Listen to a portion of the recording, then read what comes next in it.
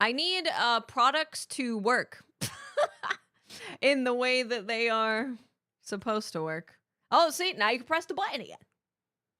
It's just phasing in and out of like being connected and not being connected. Hey.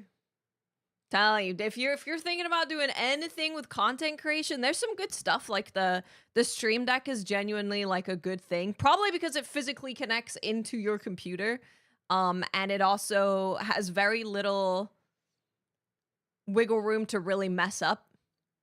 Um, but everything else, don't do it.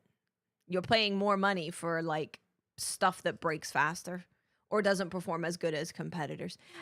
Anyway, how are ya? How you doing? You doing good? I'm here. Oh, it's yep. I did absolutely everything. I did everything I could. I reset my network, I reset the computer, I reset the phone, I reset the light, I resetted everything. I unplugged, I replugged, I found new plugs. I discovered plugs that no one's ever discovered before. Sick for 2 weeks is awful. Jesus Christ. That's a really long time. That's a long time to be sick. Young on Watch, thank you for 67 months. How the heck are you doing? Tupata and Brumac, welcome. How you guys doing today? Hi, how are ya?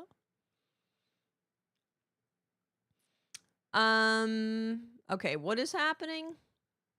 Can chat explain to me why owning a PS5 beyond price is difficult for some people? Is it tribalism? Because I don't get that feeling for sports either. I think it's mostly that you're having to pay extra, like if you're a PC player, you're having to pay extra money to get a product that plays games in a worse way than if you could just play them on PC. Exclusivity in general just sucks as like a consumer. I understand why PlayStation has made this decision. Let's talk about it. Also, I don't think I can listen to music today. My brain is suffering.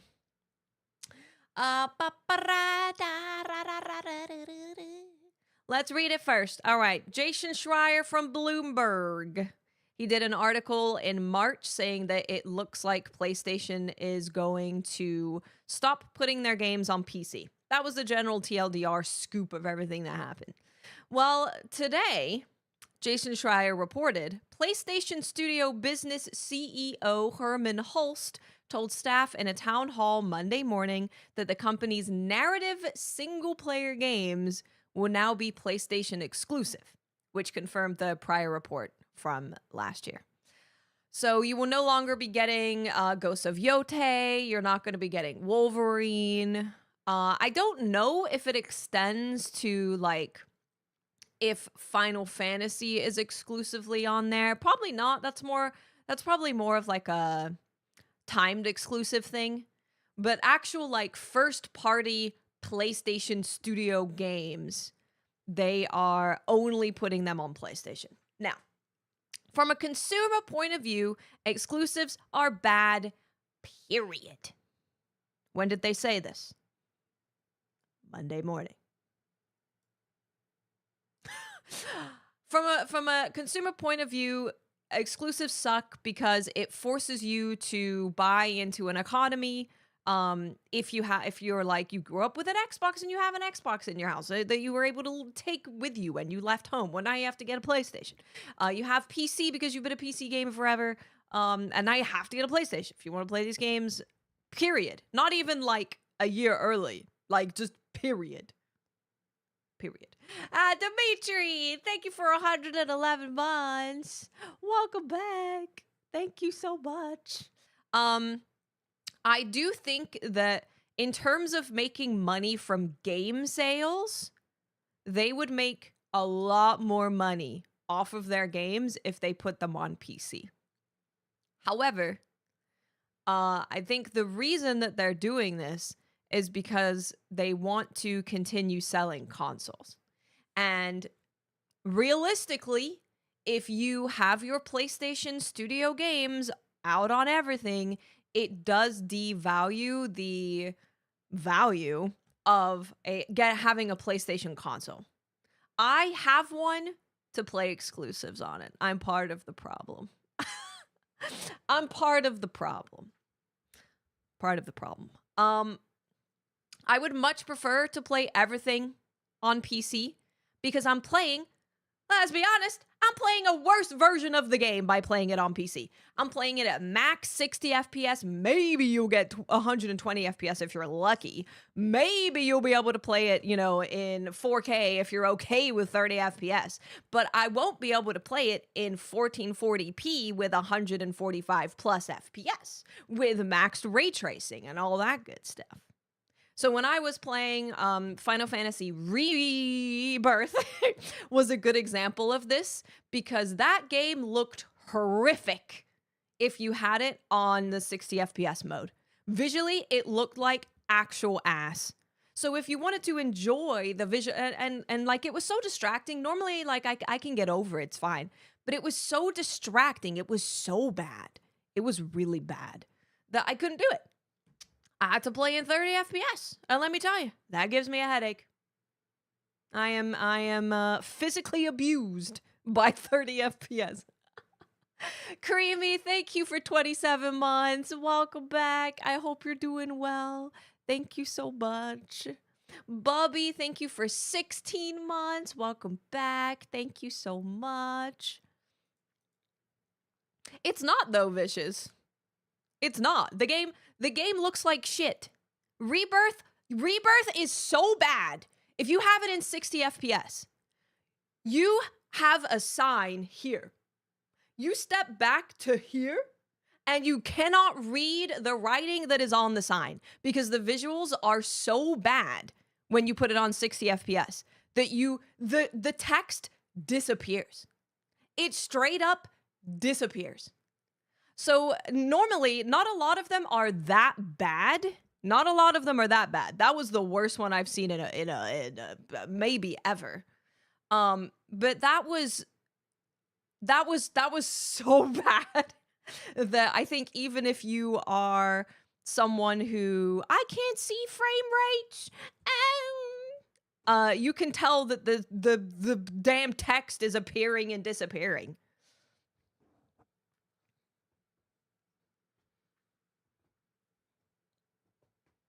Ultimate Blue, thank you for 16 months. Welcome back. Thank you so much. I appreciate it. Thank you. Thank you. There is no game that plays similar on PC and console.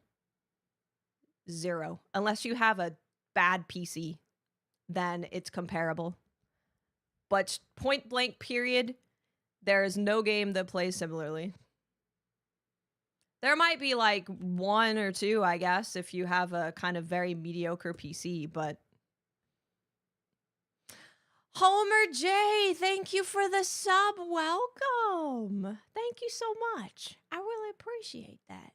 I actually think, I think Homer J actually had a really good thing of saying, I think they're doing it because the next Xbox will be a PC. I think that is, I think that's an interesting take. Yeah, if they have access to Steam, then technically PlayStation exclusives would be available on Xbox as well because Xbox is no longer just a console. Oh, I'm sure, Russ. Yeah, I'm sure. I'm sure that they, oh, you're, thanks, Overjay. I appreciate you. I appreciate you. It's just, it's bad for consumers. I understand why they did it because the reason that we have a console, if you are a PC player, is so that you can be a part of the conversation, the social stuff that goes on around a new release. You don't get spoiled while you wait for a game to come out for a year. Yeah, it's the reason that if you are a PC gamer and you want to play everything and you like all sorts of games, that you also have a PS5. So it devalues your console. If there's no exclusive, it devalues your console. And if they want to stay in the business of selling consoles, then it makes sense for them to make at least some things exclusive. Now, multiplayer games are still going to be multi-platform. I assume that if they're working with like Final Fantasy, for example, that will still be like a timed exclusive. It's just going to be their first party story driven games. I don't know, Vicious, because I don't like that dumbass game. It's not dumb. I just hate it. I don't hate it. I don't like it. It's boring. I've not really noticed a difference between what I see in-game and marathon on console to what I see from people streaming it on PC. Well, it's also streaming it, you know.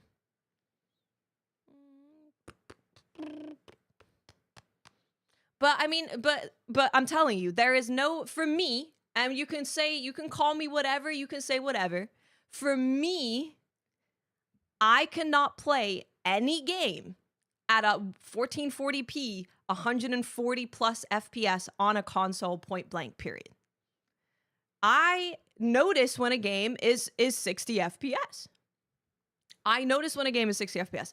It starts to, it really gives me way less of a headache than 30 FPS, but it does start to give me a headache if it's 60. 80 FPS is good.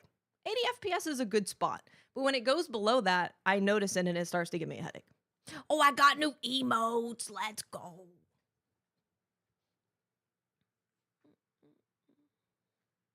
You more controller options. Yeah, PC allows for more controller options. You have the option of plugging in all sorts of controllers, so it's better from an accessibility standpoint. I mean, really, it just boils down to exclusivity is good for PlayStation because now there's a reason for you to buy the PS6 if you like their first-party narrative games, but it is bad for consumers because, I mean, duh, of course it's bad for consumers. Obviously, I don't even need to explain how it's bad for consumers. You know, it's just, yeah, of course it is. You bought your Xbox Series X just for StarCraft. What's up, Hassan? How you doing? Oh, I like that emote, the push the button one. I don't know if I have that yet. Maybe I do. Maybe I do.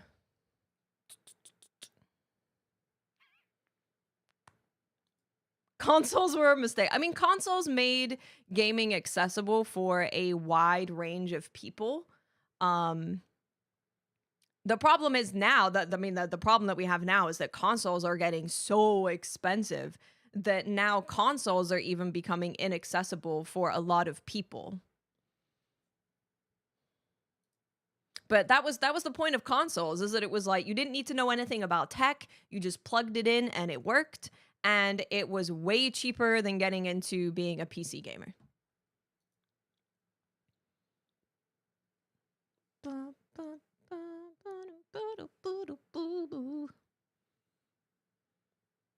Console PC wars? I mean, are there what's a console PC war? I think if you've played video games on PC, they're always going to look better on PC. They're going to feel more comfortable to play. You're going to be able to use whatever controller you want to use.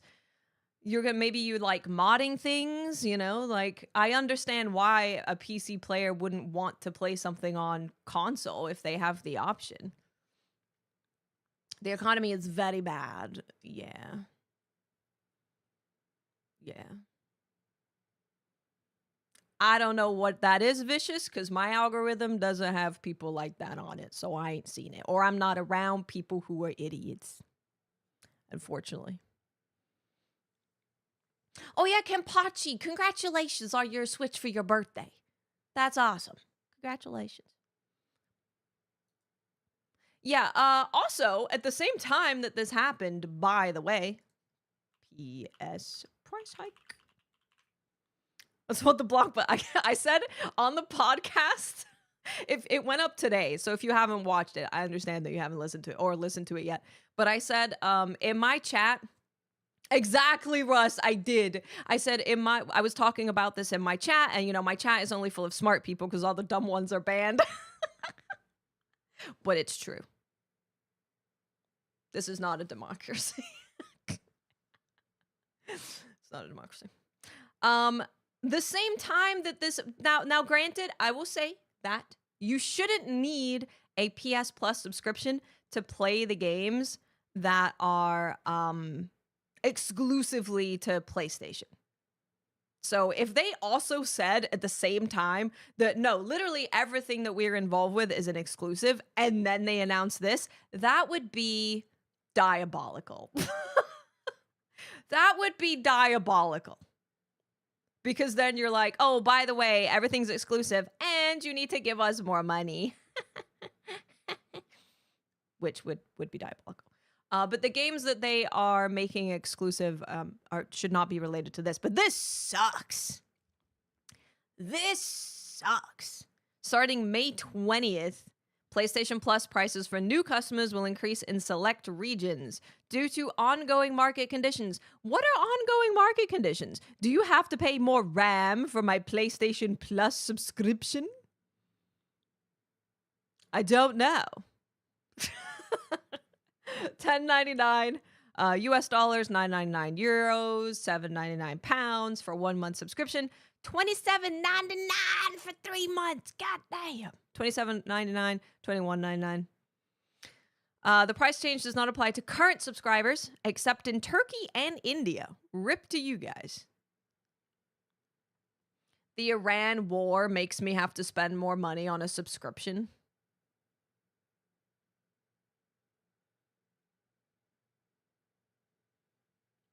Wow.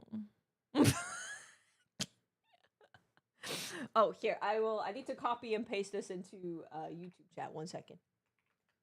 But these are also good for you guys if you're oh god. Oh, hold on. Copy. Here's one of them. And then here is the other one, which is going to be a big description because there's too many people on it. That's a lot.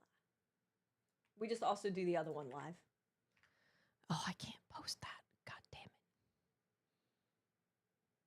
Why does YouTube limit how much I can post into my own chat? Companies are annoying me today. Companies are annoying me today, I think in general. I'm annoyed by the companies.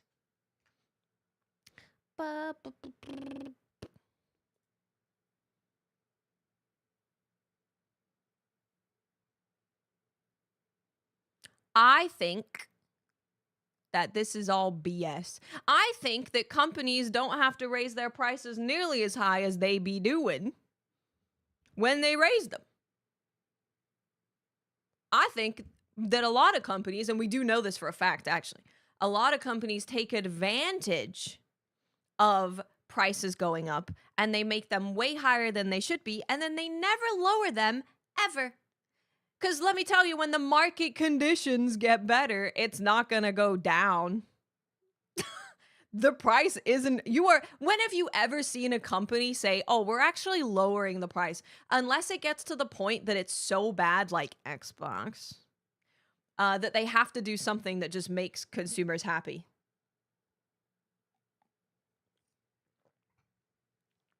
Oh my goodness, Jay. I'm so glad you could catch us. Have a great rest of your holiday. That's awesome. Hell yes. I like that. That's good. They're threatening to cut the data cables. Just cut them. I don't care anymore.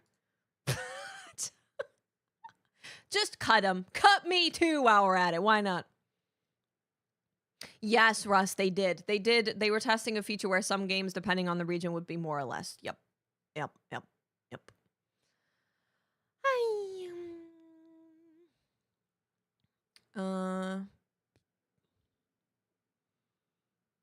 PC tech is just fluff, but it's not fluff though. And like, what do you mean by fluff? What do you mean by fluff?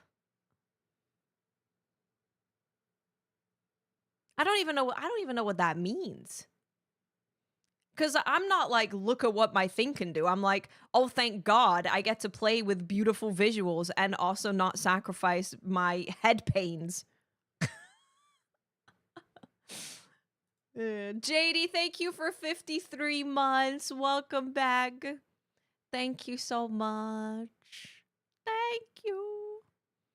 Where we were talking about, oh, I might not have streamed that day on YouTube because that might have been the day that we did Dead as Disco stuff. That might have been the day that I did Dead as Disco and I was listening to copywritten stuff.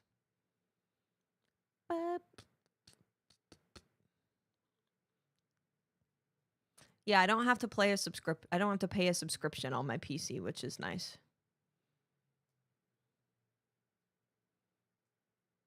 It was that one. Yeah. Yeah. I should have recorded it and then I could have put it on YouTube.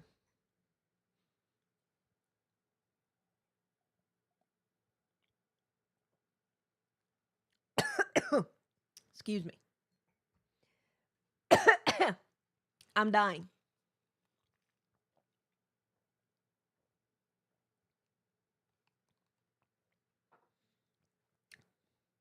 Vicious, I just don't even know what you mean. I just don't even know what you mean. Because me playing in 1440p versus 1080p, the art do be looking different. I can see it. Me playing in 60 FPS versus 30 FPS, it changes the way that the game is because it's smoother, it's more responsive. You can read things better. So I just don't even know. I just don't even know what you mean. Here's the TLDR. PC 1440p 145 plus FPS, maybe 300, which maybe I don't need, but 145 plus FPS. Console max 60 FPS. And if I want the real good visuals, I gotta spend more money to go get a pro so I can play at 45 FPS. Or I can use the one that I have right now and be 30 FPS. I don't know what that has to do with real life art. Real life art, I guess you'd be talking about the technicalities of the paper that the art was like painted on or something. Which I'm sure paper quality probably does affect art. It affects the bleeding of the watercolors. You just got a 5080. Oh, nice. Vicious, can you not understand? Do I have to bring up I really don't want to do that. I'm actually not going to do this. I don't want to bring up examples of what Final Fantasy Rebirth looks like on PC versus console. I don't want to do it. It is extremely drastic. It's also a big difference playing a game like Devil May Cry at 120, 40, 140, whatever FPS versus 60 and 30. It like completely changes the way that a game feels, the way that a game looks. Like, it changes everything. That's an optimization problem from the developers. Okay, well, what about when the optimization for a game isn't great and it's an exclusive? Well, then what? I don't even know the point that you're arguing. Because my point is just that every game that I play, point blank, period, will look better and be better on PC. Because I can't play in 1440p or 4K and be in the, 100 plus 80, even 80 plus FPS on a console. It's not possible. It's not possible. Saros would be incredible on PC. Saros is actually a really good example because I think that the type of gamers that would be more inclined to purchase Saros, I think that community lives on PC more than it does on console. I don't know if there are any examples. I have my own examples, but I'm not turning on my PlayStation and plugging it in.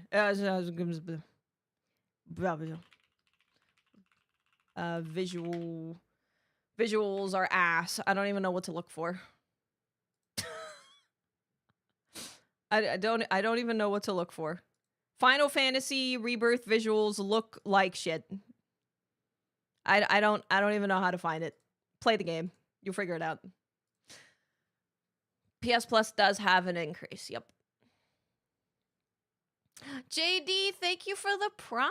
Welcome. Thank you so much. Thank you, thank you. I appreciate that. Thank you, thank you. That's what I'm saying. So I would have to buy a PS5 Pro to have that experience. So now I got to pay what? How much extra money to have this experience that I can already have on on my PC? Anyway, if you want to fight on behalf of the billion-dollar company that this is good for consumerism and a good thing in general, then good for you. Have a good time. I'm not going to do that. I say that it is straight up bad for consumers, period. But I understand why they are doing it. And I cannot wait to have another game that is stuck in the past, like Bloodborne, that never gets a PC port, that never gets updated, and we have to go and play it on old-ass consoles in order to experience it. I like that. It's good.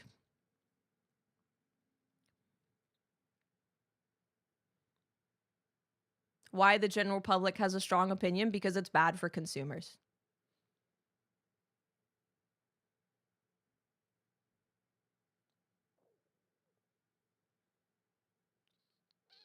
There's a lot of console cheaters.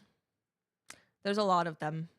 They exist in are plentiful on console as well. It's just a different kind of cheating. For a new PS5, I don't want to get a PS5 Pro. I mean, luckily, I'm in a good spot where I actually don't really like many of Sony's first party narrative driven games.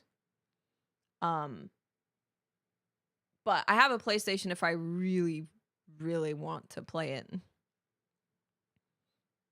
Not all of us have expensive PCs. What's that got to do with anything?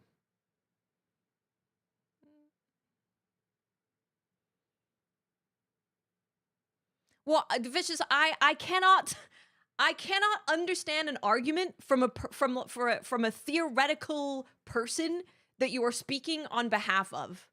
So I can't really give you a breakdown of why some person in the world somewhere is saying I will never own a specific console because I don't know who they are and I don't know what their reasoning is. The reasoning that makes sense to me is I don't want to have to shell out an ever increasing amount of money to experience a game.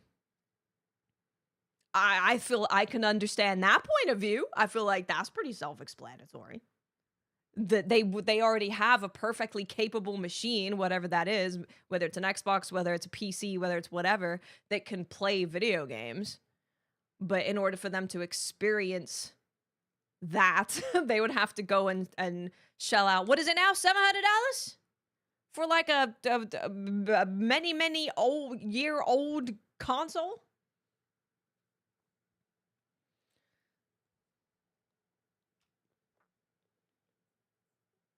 Which games are on the PS exclusive list? Sony Studio, the Sony Studio narrative games.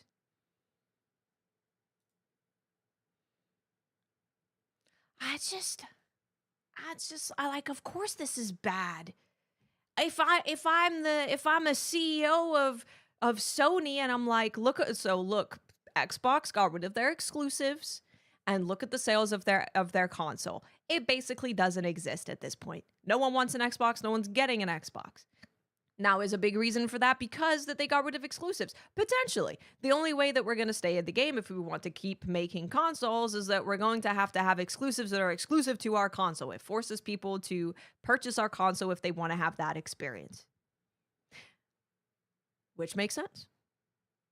But as a consumer, a CEO telling me that we're going to force you to buy our hardware to experience our software, I just think, I would prefer that they wouldn't do that.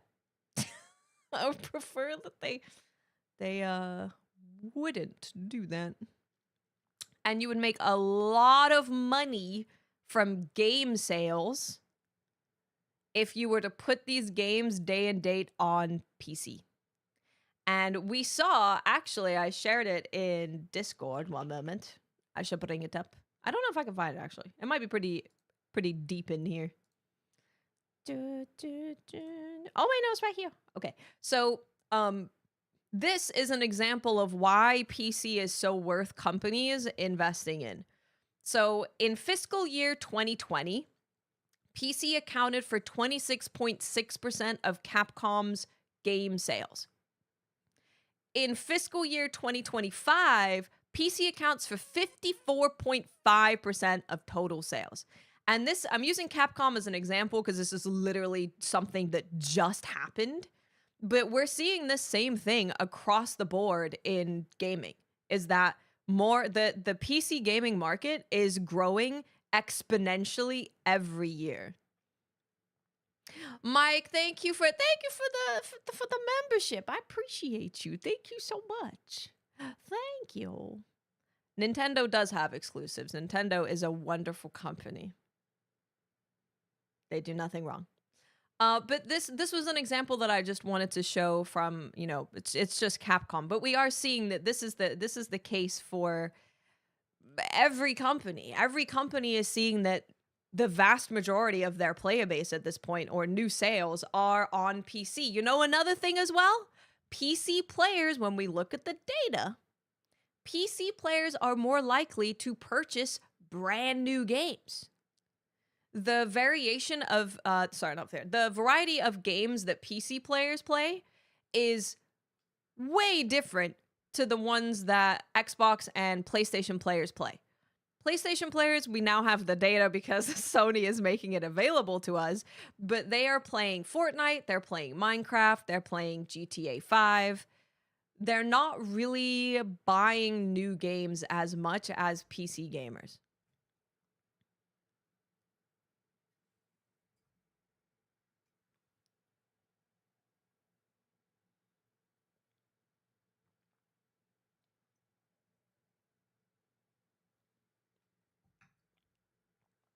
Nintendo is,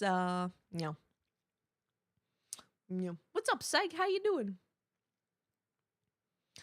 I left console because the rates were so expensive for console must have a sub. Then I decided it was better to have the one-time heavy payment for a PC than get ran dry over time from Xbox. And I think, that's the thing with PC gaming, is that they have a lot more sales on games. Like right now, there's a Humble Bundle. I probably can't find it here, but right now there's a big Humble Bundle that's happening for all of the Monster Hunter series, and it's like way cheaper. You get all of the indie games. You get all of the early access things. You get all of these experiences by playing on PC that you don't get by playing on console.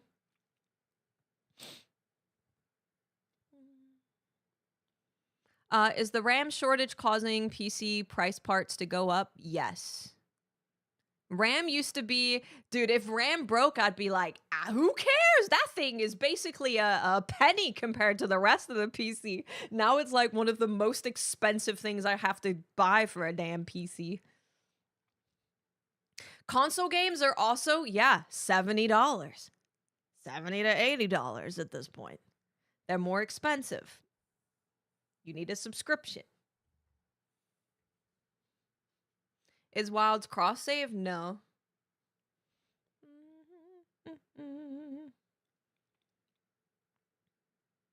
I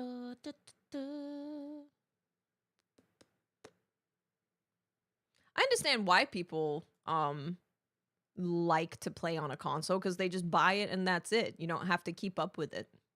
I literally skipped Yote because I was waiting on PC. Like, they can't just let that one slide for me. So that one really sucks, because people were able to play Tsushima on PC, and now we're hearing that they're not going to be able to play Yote on PC, which really sucks.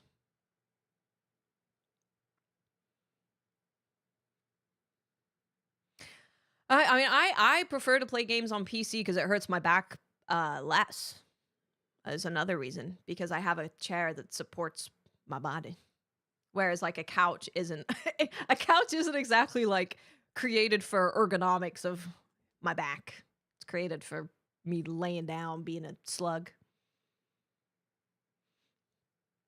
I feel like the PC is expensive narrative is out of control. You can build an affordable PC and get good performance that's not expensive. It is harder to do. Because maybe you have to get the parts yourself, you have to build it yourself, and that is very intimidating. I totally understand it.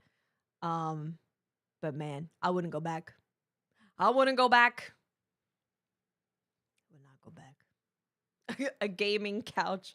Maybe I just need to get one of those like ergonomic little chair pad thingies. A little chair pad that I could put on the couch. Costco does have some pretty good cheap PCs. They do. They do. I warned PC users years back not to take Tony's exclusives. Tony, what are you doing? Put that away. Sony's exclusive for granted, because you never know when the state of exclusives can change.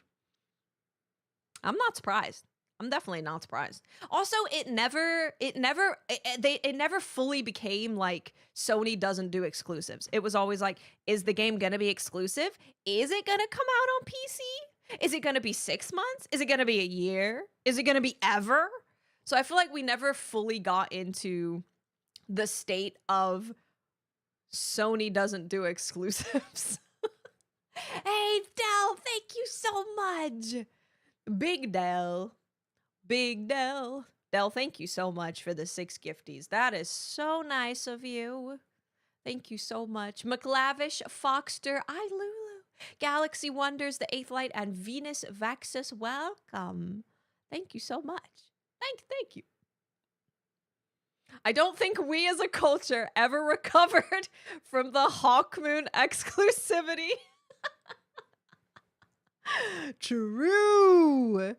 What about the Zelda as a character in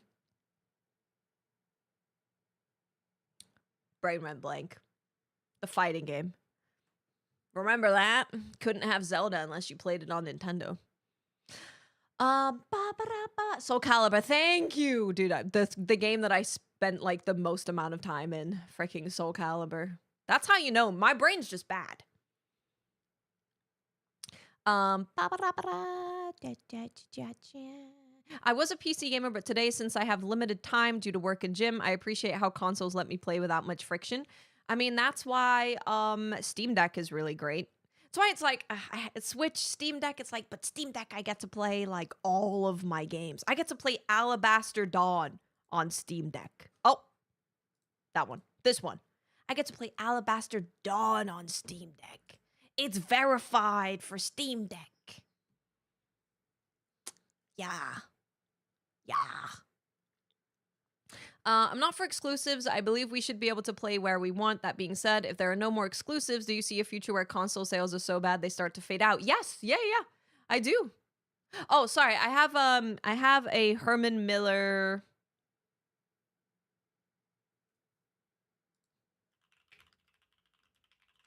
I have a Herman Miller, the one for short people. Don't look at the prices. Jujutsu Kaisen Edition Secret Lab. Oh my god. The one for short people. Office. Ergonomic office chairs. Ergonomic office chairs. I have this one, the Aeron chair. The prices of these are very expensive. However, this is going to sound really bad, but due to the economy, there's quite a lot of companies that shut down.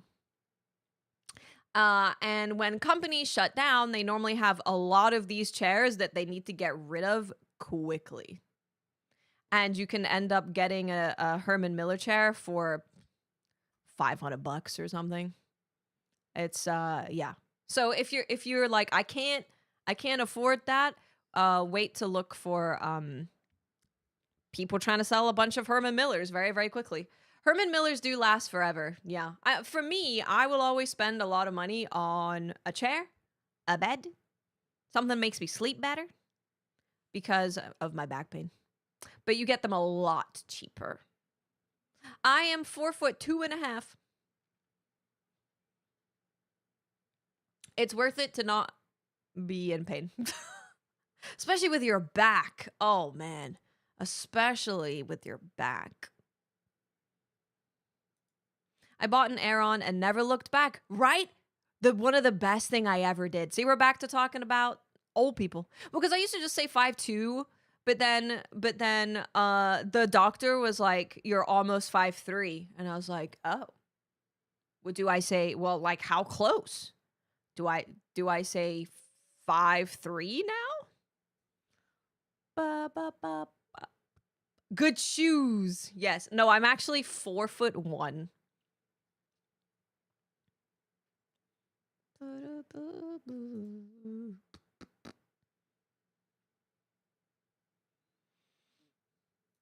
You don't need a chiropractor. You don't need a chiropractor. You don't need a chiropractor. You need proper lifestyle changes that will have your back consistently being good for the rest of your life, which is what I've been doing. And that's what you need. No, Dimitri is tall enough for all of us. Dimitri's 6'4". Yeah. He can make up for all of our tininess.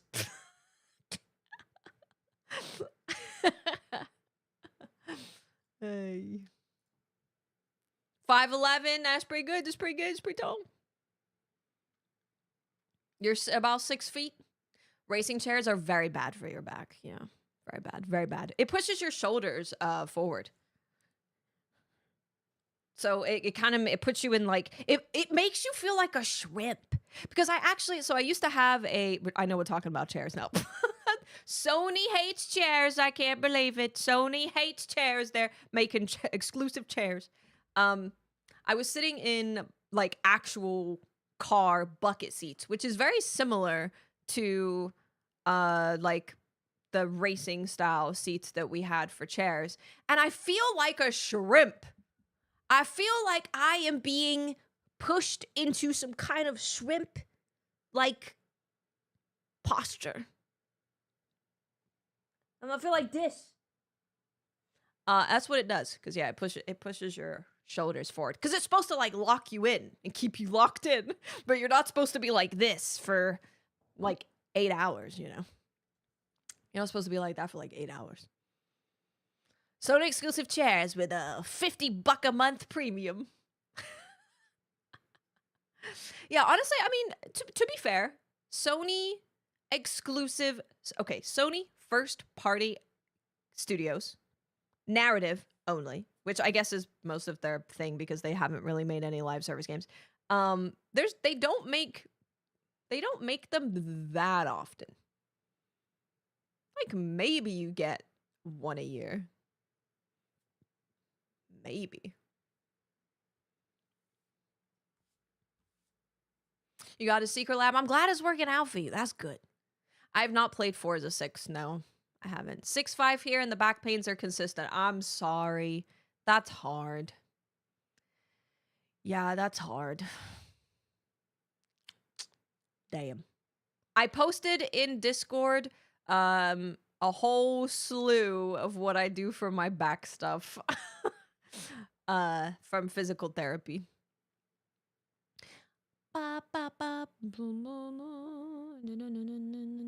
Giant's blood. I hope they help Nekomeech. They've kind of saved my life.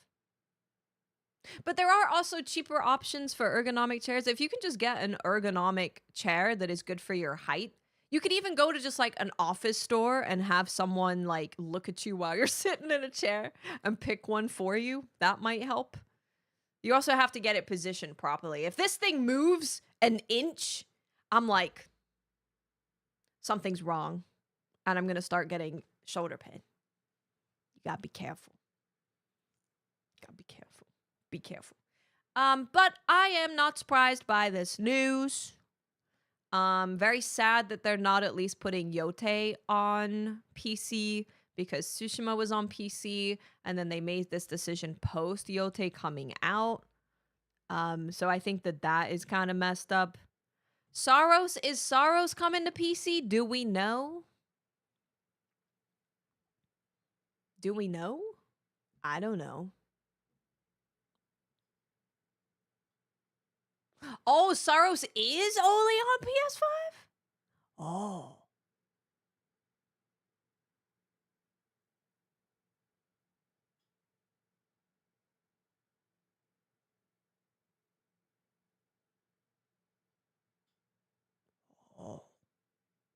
I saw that monkey. I listen, it's not a good business decision for their game sales. And if I see that Housemarque gets closed or they have layoffs, then I will be very angry about this because I believe with honestly 100% certainty that Soros is a game that would do significantly better on PC than it would on PS5. I just think it is. Gran Turismo 7, Demon Souls, God of War, Sons of Sparta, Astrobot, Ghosts of Yote, and Soros are the games so far that are exclusive only to PS5. Jason's report also mentions Wolverine will be exclusive as well.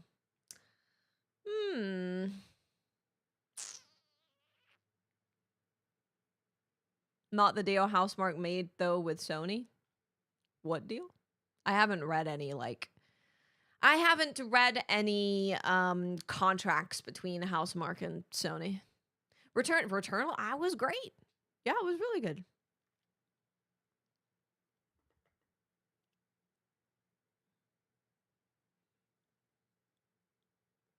Yeah, Wolverine makes sense because it's not out yet.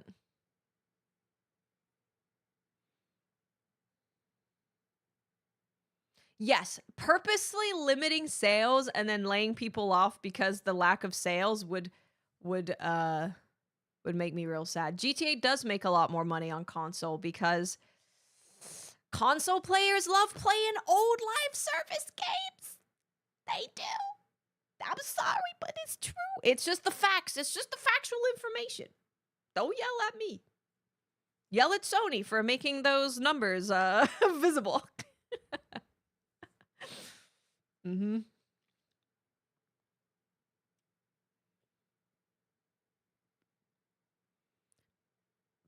Yeah, Returnal it released so long after it came out. I think that's also a thing that I don't know if Sony doesn't understand that or something.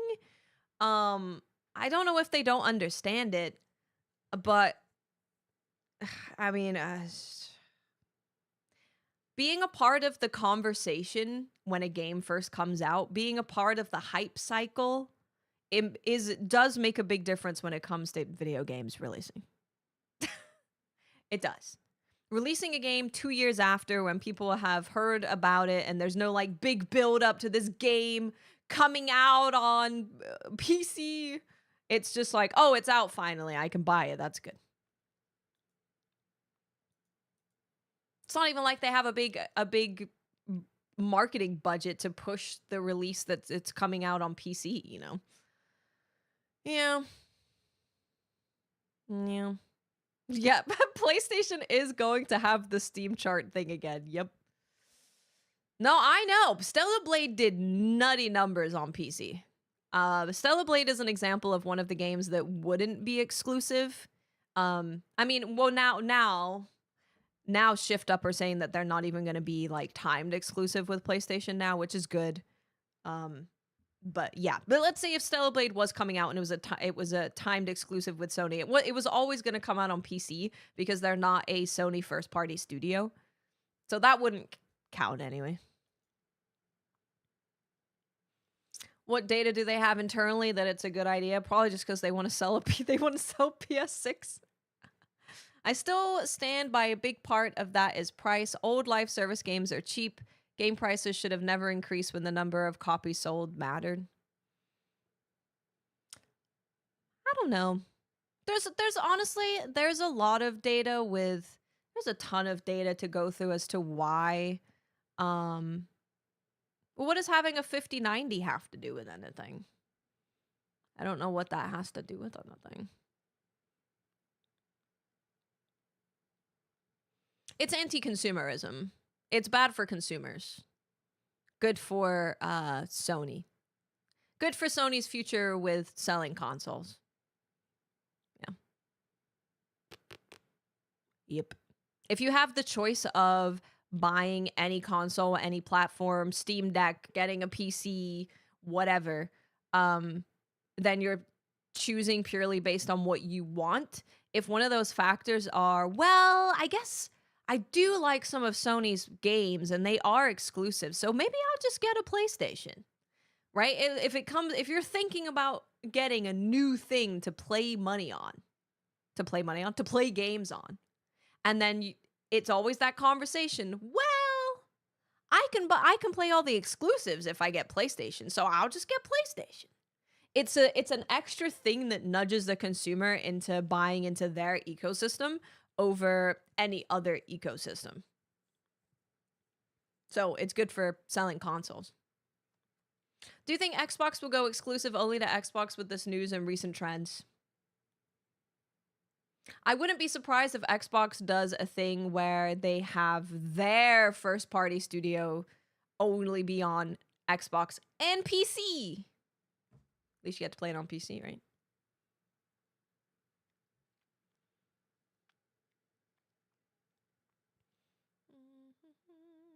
Mm-hmm. 5090 does have less bugs. It's true. No, exclusives are coming back bigger than ever. Yeah, they're coming back. Yep. They're back.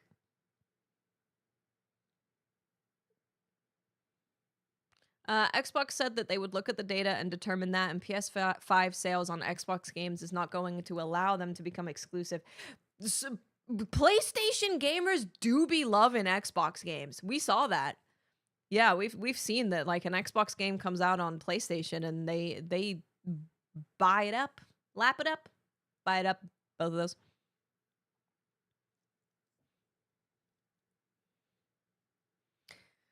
It's interesting. It's definitely interesting. It would be nice if, yeah, you could just pick a platform that aligns with your budget, your gaming habits, your time, and you could just pick whatever is best for those things and not think of, well, I'm going to be locked out of playing this game and this game and this game. But that's not the world we live in. We lived in that world for a little bit, like a year. But then I keep saying, like, even then, PlayStation games, a lot of them weren't coming out day and date of their release on all platforms. You still had to wait at least a year a lot of the time. Xbox games on PlayStation hurts the brand. I don't know. Can afford a PS5, but they haven't given me a reason to get one. Good, it's a good move to make more money from me. Exactly. Yeah, I mean, I go through the same thing. Like, I have a PC, I play everything on PC. I want to play Stellar Blade when it comes out. So that was one game. Demon Souls. I really liked Demon Souls. We played Sorrows. Had a great time with Sorrows. Returnal when it first came out. Had a great time with Returnal. Ghost of Tsushima. Ghost of Yote. What else? Final Fantasy 16. I wanted to play all of those things right away because dodging spoilers for me would be impossible, I think. Would be absolutely impossible. The Xbox single-player games haven't done too well on PlayStation. It's been their multiplayer games like Forza and Sea of Thieves. Oblivion was a sole outlier there. I mean, they're not totally done with PC. They're saying that the company's single-player narrative games are PlayStation exclusive. So you're looking at like Sucker Punch, Naughty Dog, Santa Monica, Sony Santa Monica. Those games are going to be exclusive. But everything else, I mean, the exclusivity contracts are still going to exist. So, you know, a game could come out and have a 6-month exclusivity and then it will be on something else. Yeah, Demon Souls, it was good. It was real good. And now Blue Point doesn't exist. Yep. Great.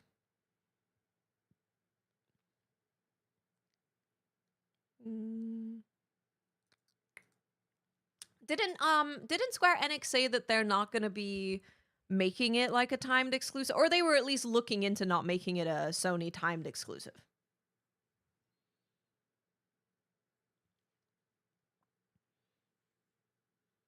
They need to bring back Resistance and Killzone.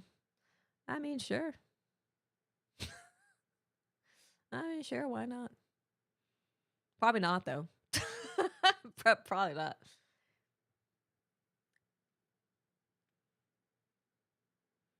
That's good. Yeah, they're not going to be timed. That's good. That's good. Sony has the capability and quality, much like Nintendo, to make a game that says if you have insert exclusive console port of game, get insert exclusive console exclusive game.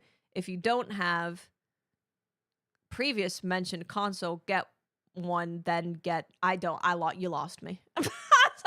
You lost me. You lost me on that one.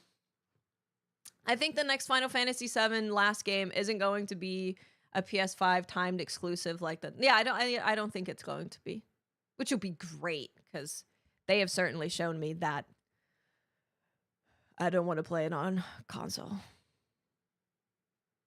Too many gaps to fill. Yeah, lost me.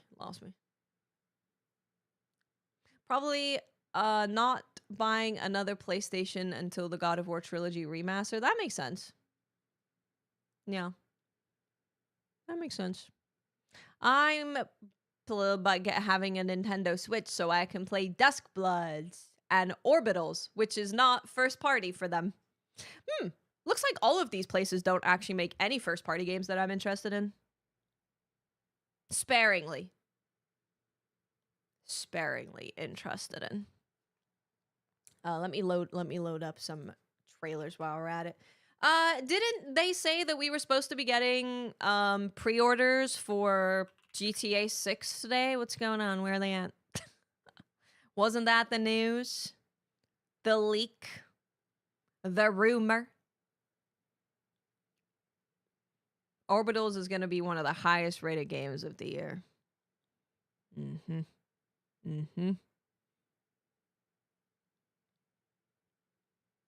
I am going to play 007, yeah. Heard the 20th? Yeah, they said today. That was another rumor. Well, let's just keep doing rumors every day. It's actually tomorrow until it happens. I think that is good rumors. X-Play. If you have a PlayStation 3, get this game. If you don't have a PlayStation 3, get one. Then get this game. It's just that good.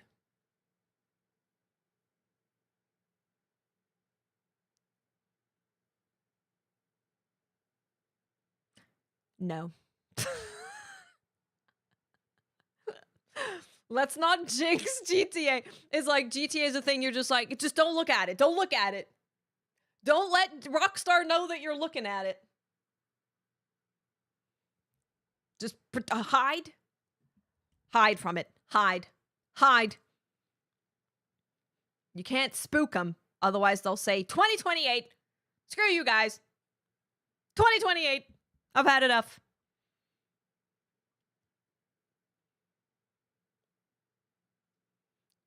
Is there like nothing new? I mean, so reviews did come out for Legacy of the Dark Knight, Lego Batman, which is good. Also, reviews are out, but there's less of them coming in for Zero Parades.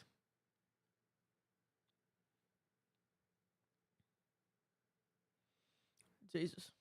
Stranger Than Heaven will be my GTA 6. Yes, exactly. Did I ever play Killzone? Maybe? Let me see. Did I play Killzone? I think I probably played it. Maybe. But it's not a game that I care about. Lego Batman, yeah, Lego Batman has gotten good reviews. Think people were expecting it to be a little bit higher. Open Critic, Lego Batman. Show you so you can see. It said at 85. I mean, 85 is really high. I think people were maybe expecting it to be 90s. I don't know what people were expecting, but 85 is real high. 85 is really, really high.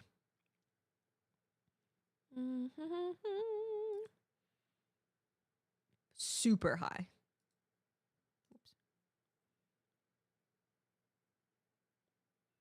Some new stuff for Blood of the Dawnwalker. Let me just go to game trailers. You know, people have discovered the game that we were talking about last week. People have discovered it. They've discovered that it exists. Project Rabbit. 85 is really good. Did Capcom screw us with remakes? Every AAA company remake a classic franchise right now. The reason that remakes exist is because they're safe bets. In a world where development takes 45 years and $45 trillion, remaking a game that already has is already beloved and has an existing audience is a lot more of a safe bet than making a brand new franchise. Game development take too long, too expensive. Gotta make money back. What do? Remake the thing people already like. It's the same reason that we see Disney remaking old Disney movies. Thanks, Techstone. Resistance and Killzone are the best shooters Guerrilla and Insomniac have ever made. They would trade blows with COD and Fortnite and Battlefield. Maybe. Yeah, it's remakes of everything. Exactly. It's like they're remaking absolutely everything. I'll bring up Project Rabbit in case you haven't seen it, because people are actually talking about it now. We were ahead of the times, as usual. Hold on. Let me see what Project Rabbit, what people were saying about it on Twitter. People were saying some stuff.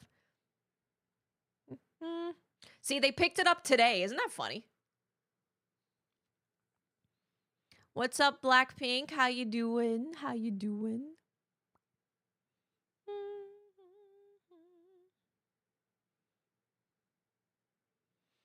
Yes. Yeah, people picked it up today. How did we pick it up so early? How did we do that? How did we do that? I don't know how we did that, but we did it. How did we do that? I'll play it again.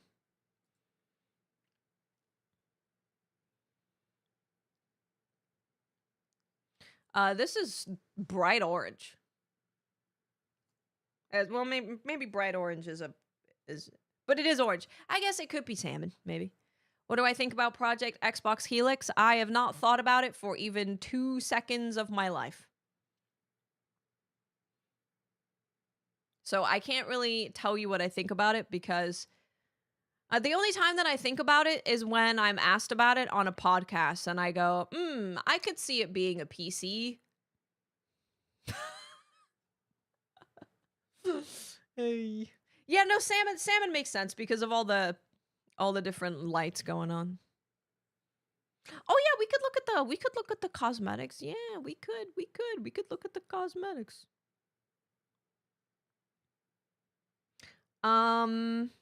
Yeah, so everyone picked it up today. I guess I should have posted a video about it earlier because we were ahead of the times.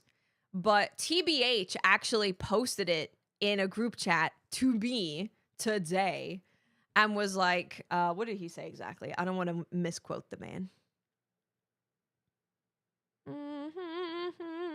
Let me check.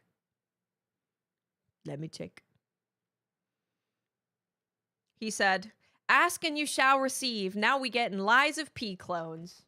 Okay. Keep that in mind. We're going to watch it. We're going to watch it. I'll break your heart later if you don't know about this game.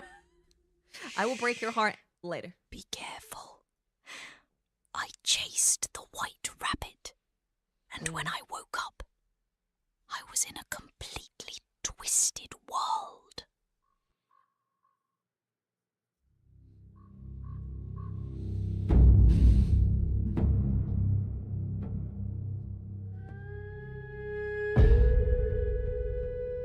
Everyone thinks that's me whispering. Does that sound like me? I need to hit up some companies. Let me whisper in your game trailers. I'm a professional trailer whisperer.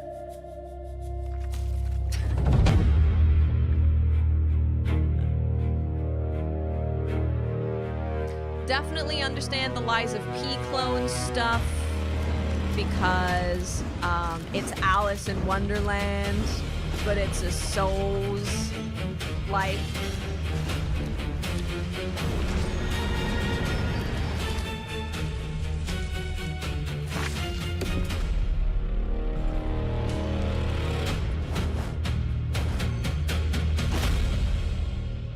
So I was like, oh yeah, oh yeah, oh yeah, sign me up, I'm in.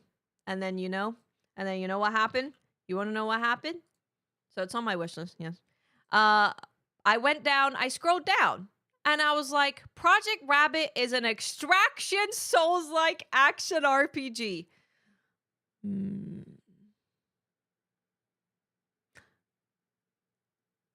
Even Souls-likes are not safe from the extraction boom that is happening in video games. Everything needs to be an extraction game. It cannot just be a Souls-like anymore. It has to be an extraction game. We're never going to get any Souls-likes ever again. Okay, well, that's a lie, but you know what I mean. Because the other one, what's the one that's coming out this year? That's like a Soulsy extraction game.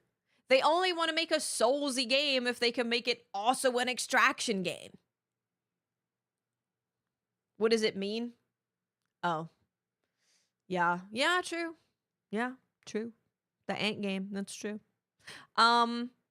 It's you fight people and also bad guys. I don't know what the loot is gonna be. I don't know. Night Rain isn't an extraction game. What do you extract out of Night Rain? Night Rain's a co-op roguelite.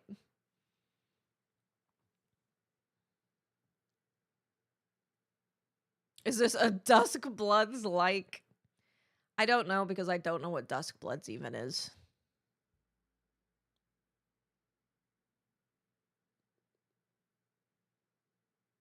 People are just making extraction anything, which is it's very curious to me. Do we know why the craze started with extraction shooters? Because I understand how the craze happened with BRs because Fortnite went nutty, and then like Apex went nutty, and then like that makes sense. But and you could say like Tarkov did well, but it didn't take over the universe. Arc Raiders definitely did, but that was very, very, very recent. I guess Helldivers, yeah, it's not PvP, but you know, it's not PvP. I think a lot of game devs just like the genre. It's good, very possible, yeah, very possible. It's just extraction shooters don't really put up numbers, so I'm always intrigued when I see companies making another extraction shooter, because like number wise, if they're chasing a trend, I don't think it really makes sense of a trend to chase because I think it's probably also it's always going to be pretty niche. I think. I will be playing Marathon Season 2. Yeah, I think I might even be playing it tomorrow with Mylan a little bit. I think so.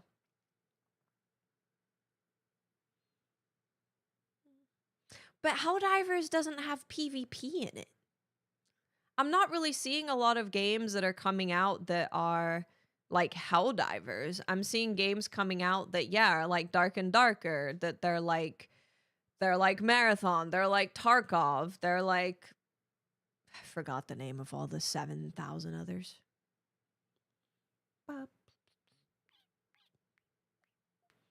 Yep, season 2 is June. Yep.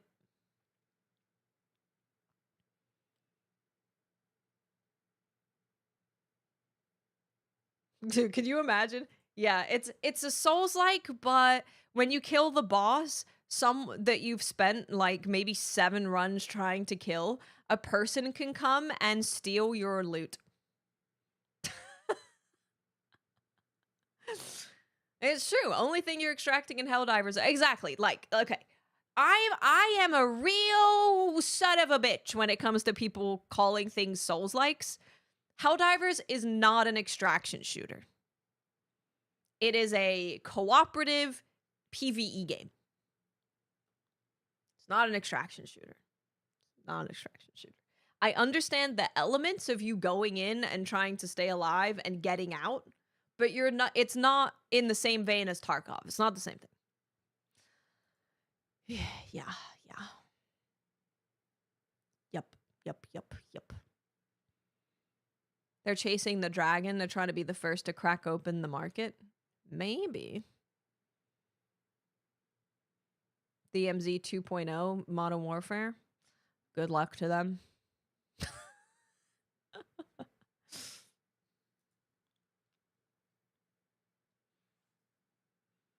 Is it not just a PvE, a co-op PvE game?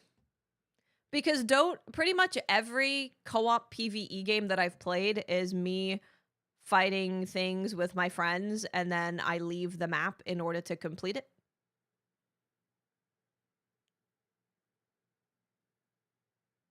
What are you extracting? I don't think that extracting samples makes it an extraction shooter. If we're doing that, then I'm a goddamn Zelda-like. You know, why not? Words have no meaning. Who cares? We're just making stuff up. Let's just make things up. We're just making things up. Nothing matters. Who cares? What's this new game like? Oh, well, it's kind of like if you mix Donkey Kong with like Zelda with like some Souls-like mechanics, but like there's something, it's kind of like Hades, and then the art style is like kind of like Silk Song, and then there's also mechanics that are kind of similar to Arc Raiders, but like very loosely. Just describe the game. Just tell me what the game is at that point. You don't need to. It was just like putting all these words on top of meanings. Just describe the thing that you're trying to explain rather than like connecting it to some other thing. It's the same thing of why so Zero Parade's reviews. Did Bella just fart? She might have. Zero Parade's reviews came out today. And it's been pretty hard to find a review that is just telling me about the video game. A lot of the reviews are comparing it to Disco Elysium, and there's a conversation of like, does it hold up to Disco Elysium? And I'm like, okay, this is a conversation that we can have for sure, but I also would really like to know about the game. What's the story like? What's the writing like? Are the characters good? What's the gameplay like? What do you think about the visuals? What's the performance like? I don't know. Can I find out about the video game? And like eventually you can within these reviews find out about the game. But you have to get through this layer of comparing it to Disco Elysium first. And like it's not helpful for a review. Exactly, Shiro, exactly. That would be a conversation to have after the game is out. Looking back on Zero Parades, how does it compare to Disco Elysium? And this happens with pretty much every game now. A lot of games, it is very hard to just find out about the game.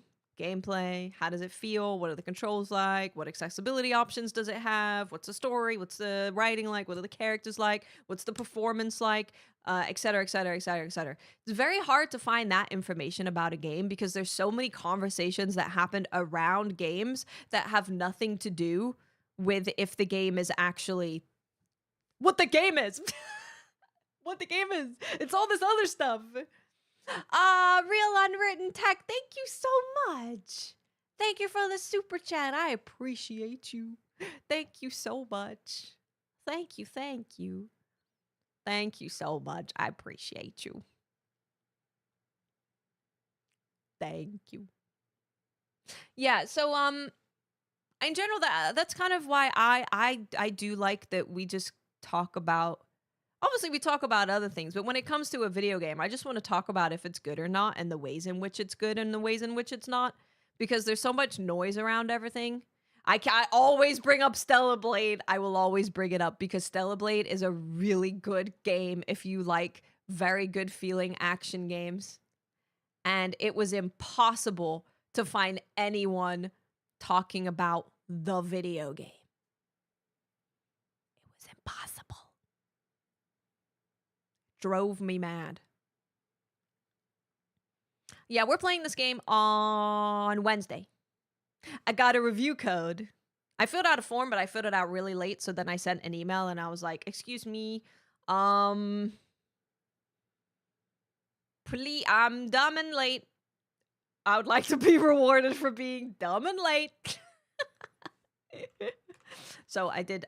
They were very kind and gave me I got it right here. I can't play it yet though. That would be illegal. Toasty. Oh, Toasty gonna be playing? I will not be playing Subnautica 2 because I don't want to die. I am very scared of video game water. Calzatron, what do you want from me? Video game water. Yeah. Stellar Blade is dope. I love Stellar Blade. She has a butt. Yeah, she's got a butt. Oh my god. Everyone did such a disservice to that game. Is it sitting at 91 on OpenCritic? Is it? Is it actually? Is it actually? Oh, she! Let's go, baby. Let's go, baby. Let's go. Is it on here yet? Let's go. Woo! That's another one for us, guys. That's another one for us. Woo! Lego Batman. Did I fill out a code request? God, I don't remember. Jesus Christ. The only reason I care about getting codes is that I can play it a day early. And that's just nice to have the flexibility. Oh my god, why did I go all the way here when I can just press this? Lego Batman. Oof. You know, have you seen dogs when they're guilty?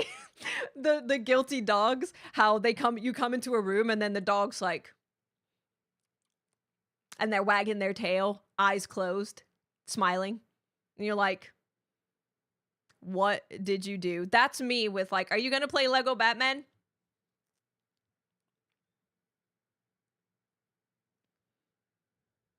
Maybe. Maybe. No, it is possible. It is possible. I think I'd be down to check it out for sure. The good thing is we will be playing Zero Parades a day early. So we're going to have 2 full days with Zero Parades before Lego Batman comes out. So that's good news. The bad news is I'm definitely playing Stone Matcha. But I'm also definitely checking out 007 First Light. However, June is currently wide open. So we have plenty of time to like get into these games a little bit, and then we can go back to like finish them if we really like them and want to play them. Yes. I did everything in my power to get every single outfit for Eve. Yeah, it was really good. I'm very excited for Stellar Blade 2. I'm excited so I want to see what that studio can do now that people have kind of seen what they can do action-wise, because Nikke has really good story. The writing is really, really, really good, and I would love to see what they could do if they spent more time on story, because the writing could be banging if they spent a little bit more time on it. So that would be lovely, because they can write for sure. I'm definitely expecting some pretty big releases either being shadow dropped, announced like a week before a game comes out, or some like massive demos coming out in June. Yeah, I'm definitely expecting that. Definitely expecting that. I am expecting it. But at least for now, we're pretty open to just like finish our games. I should play more stories. Maybe I'll do that tomorrow. They are making Stellar Blade 2. Yep. And it's separate from Sony now, which is good. They shadow dropped Stranger Than Heaven in June. I mean, I wouldn't be mad at it. There's nothing going on. I would just be finishing up stuff. So I wouldn't be mad at it.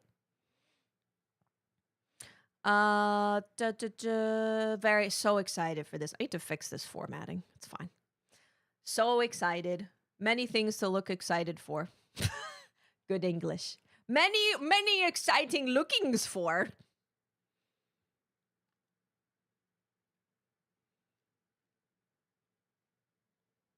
I speak to people in real life like this now. It's really bad.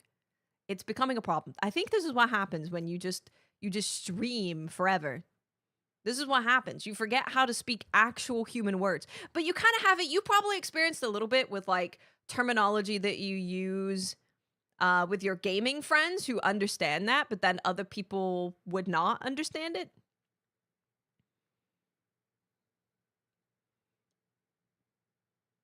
Yeah, it's difficult. Maybe it's charming, Dimitri. It's probably less charming as I get to almost 40, but you know, whatever. Or more charming. I don't know. I feel like there's going to be a point maybe when I'm a grandma that it's really charming. You know, it's going to be cute because you're a baby, you're cute. You're like, okay. And then you go back to being cute when you're old. Unless you're like not a cute old person, but we'll deal with that when we get there. We'll deal with that. I need to take a picture of Zero. I need to take a picture of Zero Parades and send it to the group chat. Please hold. Zero Parades. Open critic. Open critic. Zero Parades. Bip bip ba bip boo. God damn, I'm just sending it on my computer.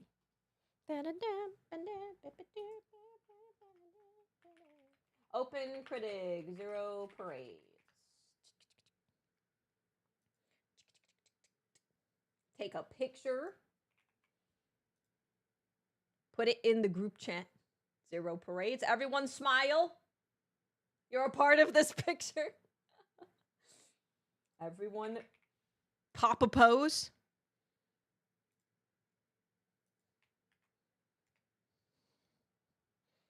Hold your applause. Virtually smiling.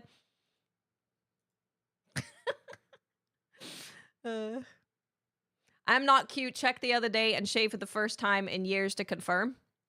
Surely cute. Surely cute. Obviously. Clearly.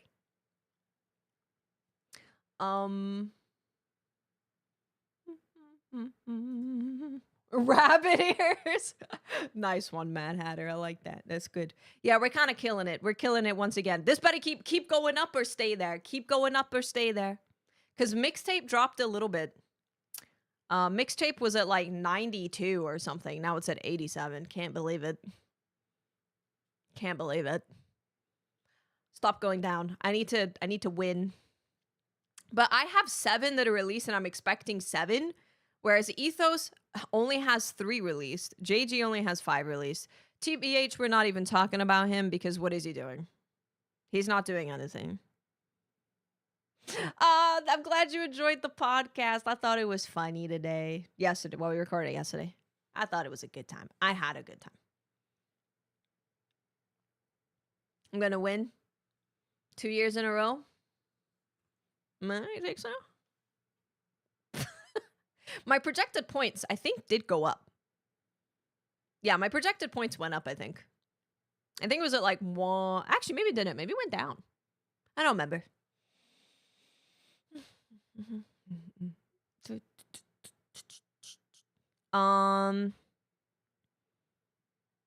We'll see how this goes. We'll keep an eye on it. We will keep an eye on it. But I think with Zero Parades, I'm feeling pretty good about Ace Combat, Orbitals, Phantom Blade Zero. Beast of Reincarnation is probably going to be one of my favorite games of the year. And that's all that matters. That's all that matters, I think. I don't remember what my overall points were last year. I should probably keep a note of that so that I can see if I beat myself. I'm telling you, I'm using this as my resume, guys. If I need to go and start being a consultant on video games, Fantasy Critic will be my resume.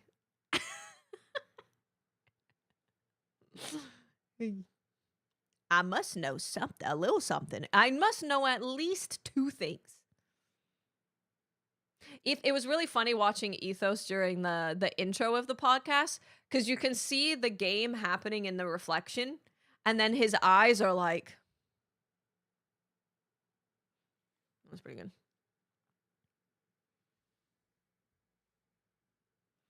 Fire Emblem was a really good pickup. Yeah. Fire Emblem was a super good pickup. I mean, I'm really excited for At Fate's End, but I'm not totally confident in it coming out this year.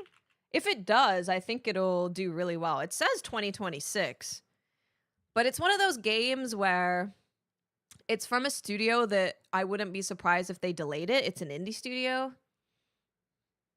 Oh, this is Lost Time by Creepy Nuts. Yeah.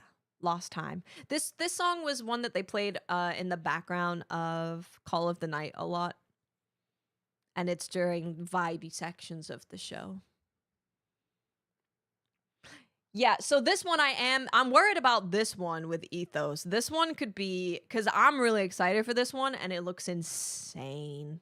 The ideas behind this game are really, really, really cool. Thanks, Frozen Fury. I appreciate you. Yeah, this one I think could be pretty big. What's going on with Witchbrook? What's happening? What's going on with Witchbrook?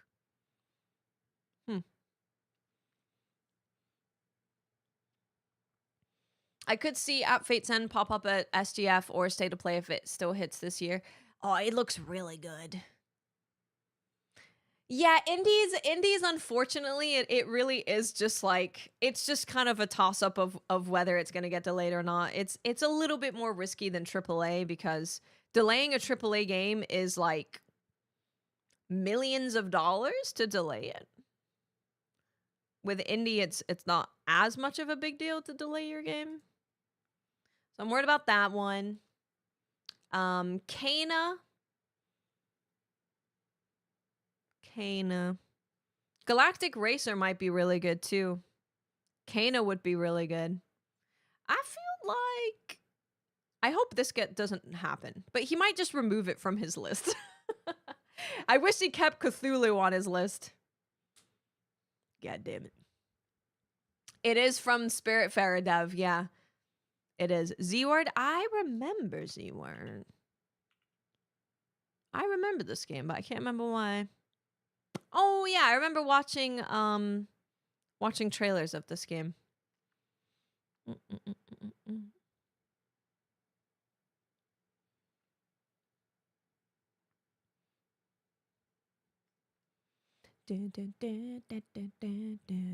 has a lot of indie games. One that I'm keeping an eye on, Mariachi Legends. That one has been apparently supposed to come out for like 1,000 years though, so I'm not putting it down until I see an actual release date. This May? Damn, they're running out of time. But if it's a shadow drop, I mean, all they need is a day, right? All they need is a day. What's up, Ryder? How you doing? One. Sea of Remnants. It's like a Chinese kind of. I actually don't know what's going on with that game. I'm suspicious of Sea of Remnants. Crimson Moon is. I'm interested in Crimson Moon. Fun fact. You guys remain. You guys remember Alex from Alex Gaming, right? Alex? He is the community manager for this game. Yes. He's the community manager. Shout out to Alex. He is one of the kindest people I have ever met in my entire life.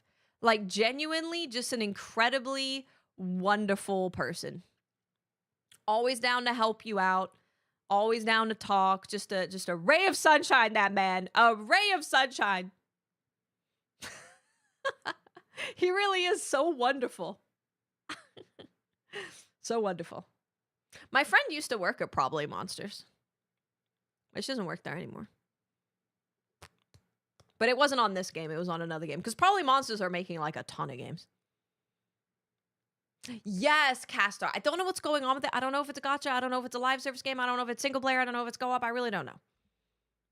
I really just don't know. Radio the Universe, I will check that out. He's just really nice. He must be living the best life ever right now. He realized that what he was doing for his YouTube channel was just really burning him out. He didn't want to do it anymore. He left before he got super burnt out. And now he is still in the game industry, but not making content. Probably good. Probably great.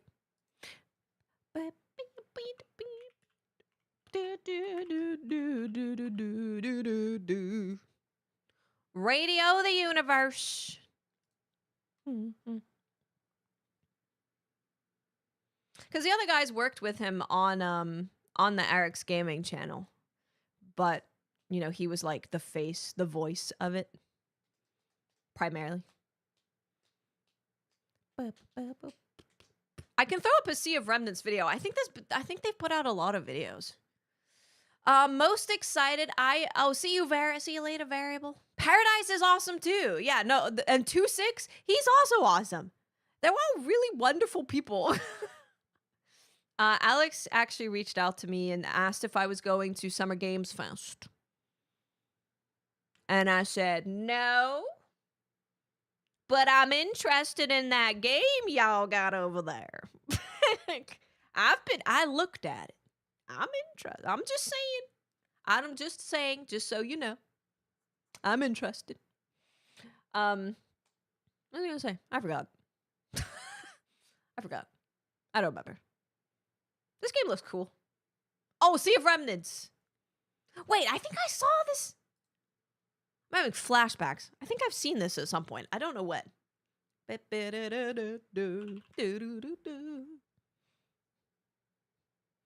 Sorry, my browser breaks because I have a plugin. Don't worry about it. Sea of Remnants. This will work out well because then I can give Bella a snack. Oh, Vicious, that sucks, man.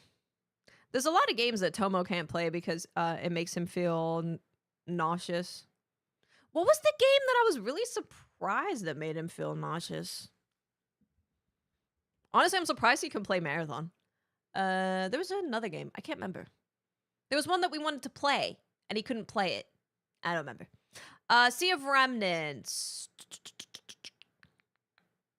Let's watch this one. Where the winds meet. That makes me nauseous. Or, you know. I don't know if it makes me nauseous. It makes me something.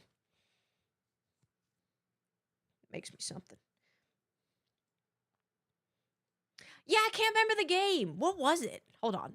There's got to be... It was a game we wanted to play together.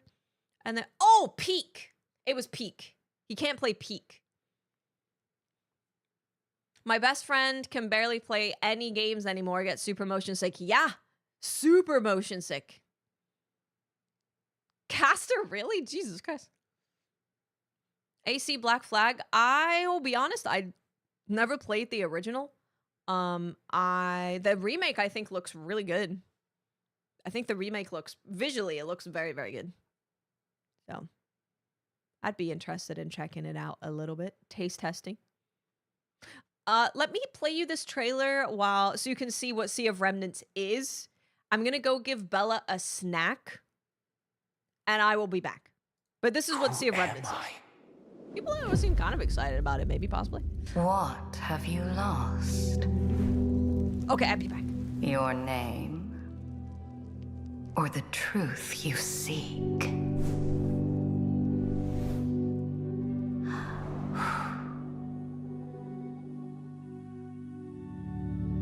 Legends say that at the edge of the Sea of Remnants, any wish can be granted. But the price is your memory.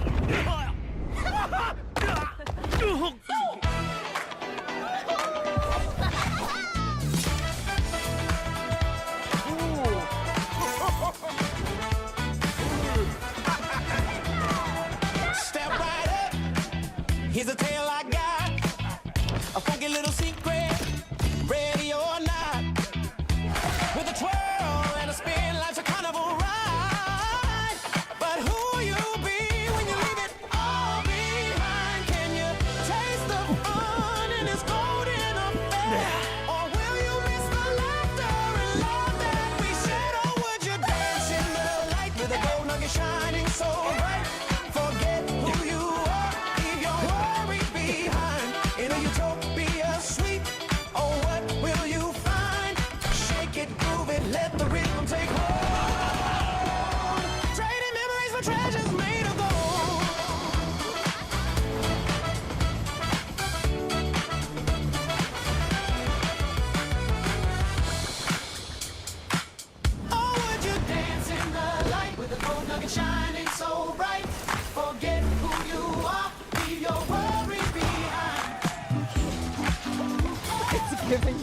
Oh, would you dance in the light with a gold nugget shining so bright? Forget who you are, leave your worries It's behind. In a utopia Roblox. sweet, oh, what will you find? Shake it, groove it, let the rhythm take hold.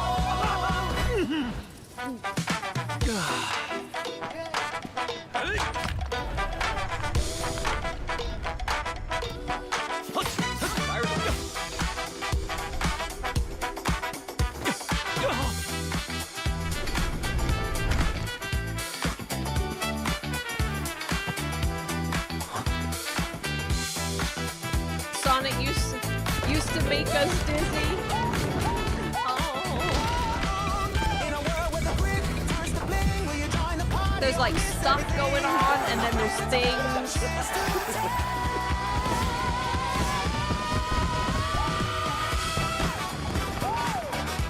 There's like stuff. Visually, it still looks cool. I just don't understand it. It confuses me. It just confuses me. I don't know what's going on.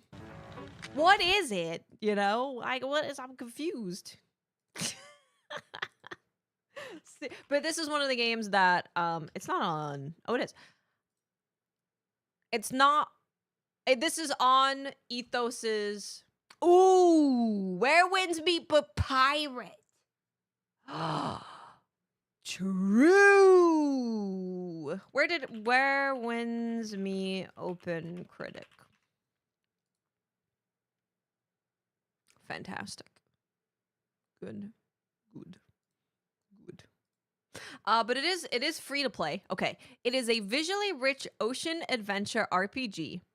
As a puppet folk sailor seeking lost memories, you'll brave dynamic seas, battle strange monsters, build your fleet, bond with 300 plus companions, and shape the evolving pirate city of Orbtopia through every choice you make.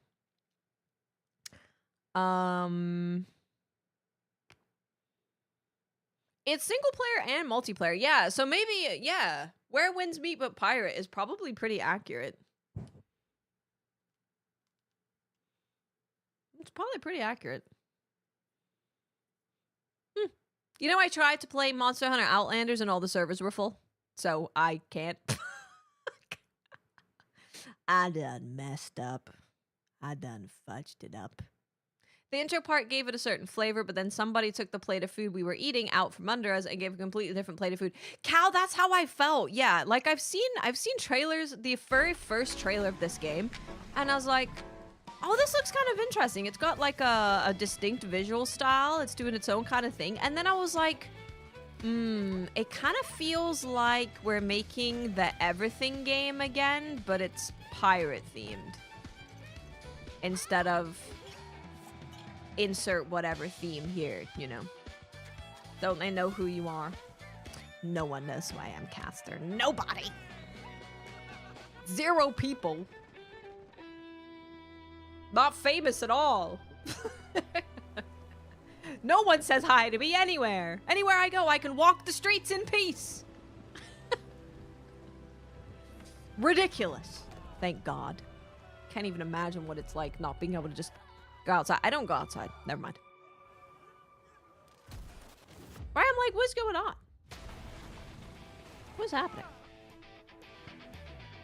And then the frame rate is like 1 FPS. I'm just very confused. But it could be really cool. I mean, hey, having a game that's like this, that's free, that's great in this economy, you know? And then it turns... It's just confusing.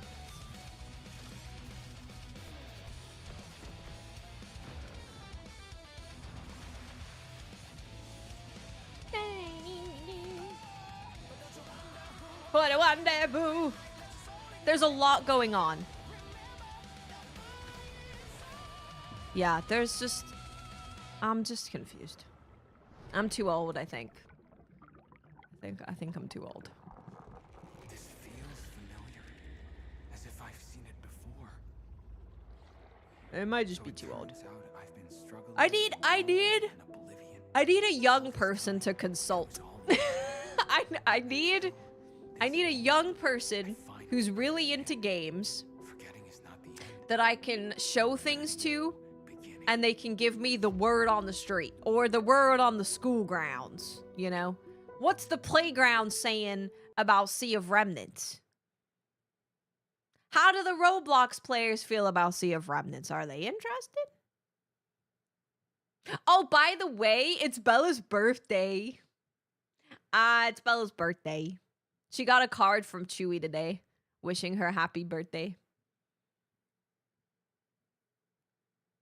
Bella's birthday.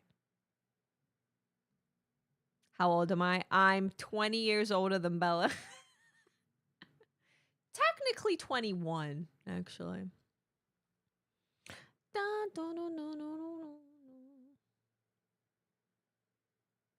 Bella's birthday. We did talk about the PlayStation news, but please give me your thoughts and feelings. I would love to hear them. If you have any thoughts and any feelings. Yeah. When looking at different ages of different gamers, younger generations are more inclined to play something that has co-op or PvP or whatever, and it's more of a social thing. Even if they're playing a single player game, they're in Discord with their friends talking about the game. Yeah. So it's more of a they're into certain games because it's a social experience for them rather than them just like loving games in general. Yeah, Bella's 16. She can drive. She can drive.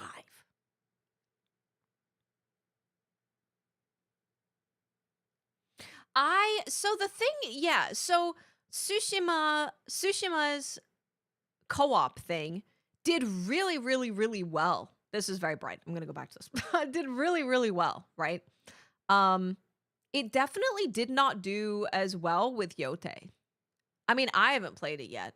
And I know that it's probably to do with the fact that I think Tsushima did really, really well. I don't know how well Yote did compared to Tsushima. I really have no idea.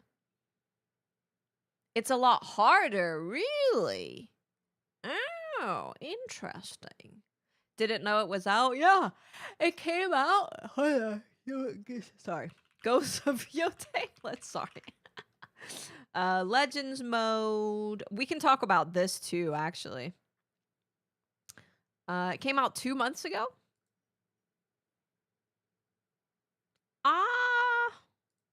We've noticed you're using an ad blocker. Yeah, I got a peek at your ads, brother. It was the whole goddamn screen. Jesus.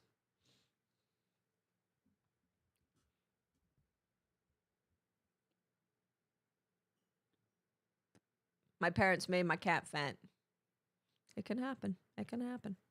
It can happen. We can watch some of the gameplay too from IGN so we can while we talk about it. But this was other news that happened where Ghosts of Yote Legends received its final major update in April. Dev confirms. So the raid came out in April.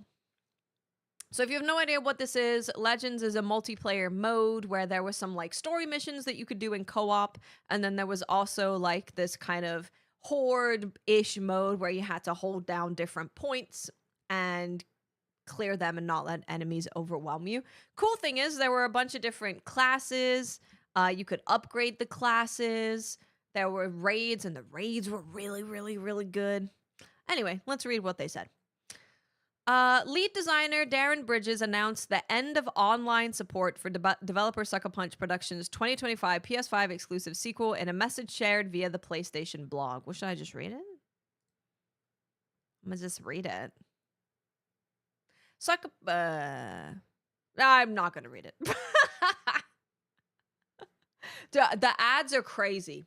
I can't even scroll something without hitting an ad. That's why I have an ad blocker. It's crazy.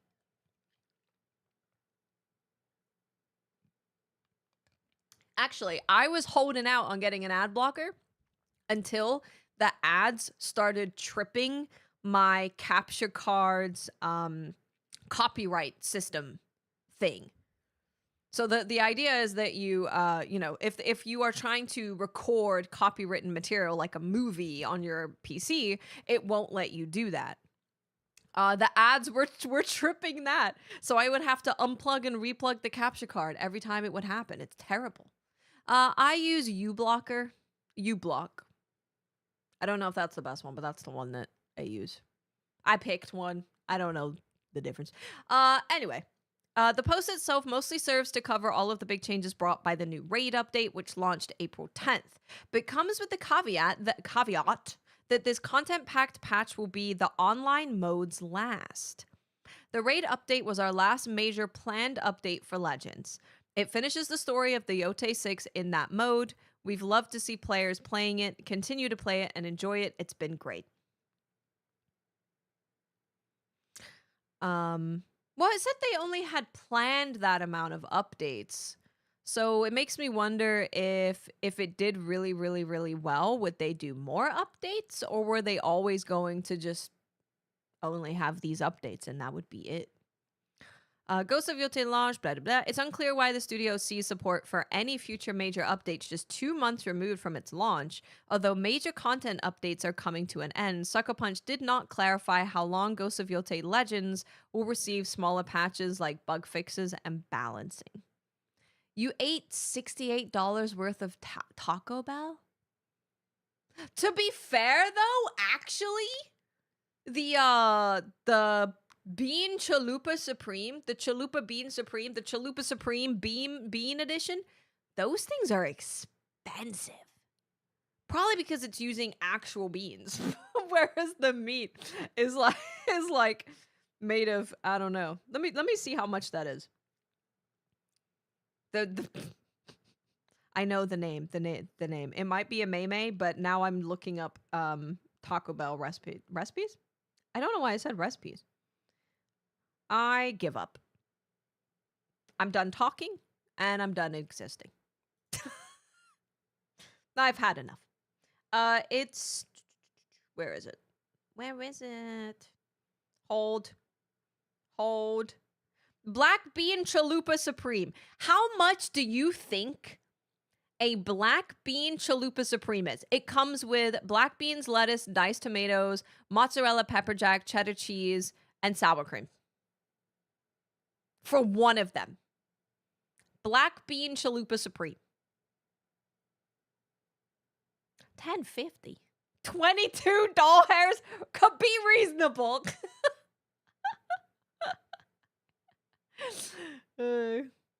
Yeah, it's $8.28 for one.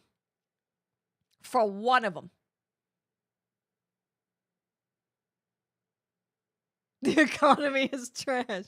For one of them.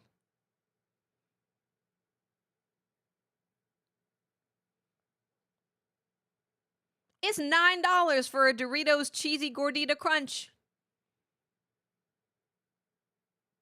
I remember them being cheap because there was a period in time where I was very not okay money-wise.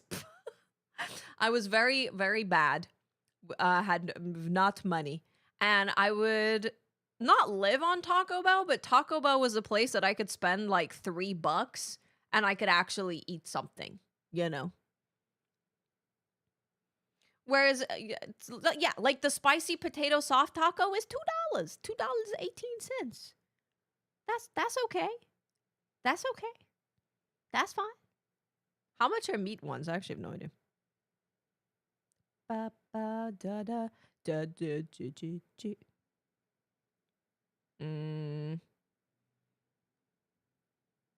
I don't know where they are in the menu. Yeah, I legitimately could get 3 tacos for $3. I actually could. Grilled stuffed steak burritos was my favorite when they had them. Yeah, fast food used to be fast and cheap. Now they are just as expensive as like going to a restaurant and getting a taco. Crazy. I've been cooking a lot and I've been honestly killing it. Anyway, we have a story. They aren't cheap or fast. They're not. They're really not. It's just, and it's probably also using worse ingredients. I don't know what's going on. I give up. It's especially shocking news considering that Sucker Punch supported Ghost of Tsushima long after its launch in October 2020. December of that same year brought PlayStation-themed skins based on Bloodborne, God of War, and more, for example. Then in August 2021, the studio announced a standalone version of the experience, which also included a whole new game mode called Rivals when it launched in September. So they did do a lot more stuff with Ghost of Tsushima Legends. So sick. So sick. Concept art. So sick.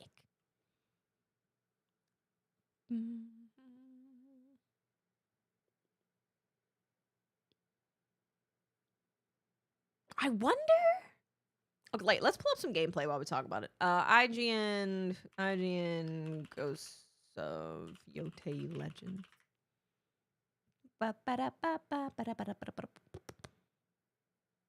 16 minutes. There you go. Oh, but this isn't like, this is the chapter-based stuff.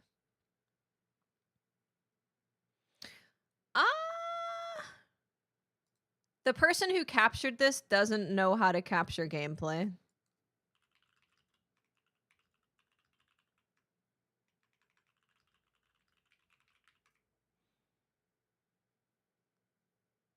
Jor Raptor. There we go. You can see a little bit of Jor. Oh, but this quality also sucks. Hold.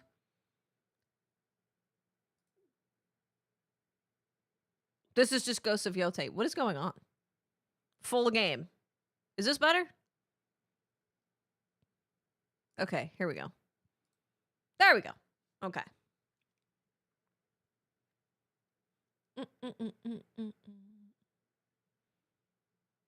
I don't get do nothing and feel good about it days anymore. I feel that. I'm feeling good at the moment, though. I've locked down things that I really like to eat that are really good for me every day, and now I don't have to think about it. Sony has confirmed that they are not putting their narrative-driven games on PC anymore. They will be exclusives forever.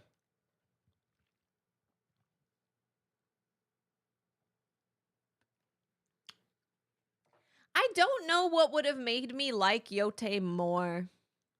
I just really didn't vibe with the main character. Just really didn't vibe. Did no vibes. I ain't got no vibes. Yeah, I should have played Legends. I mean, I still can.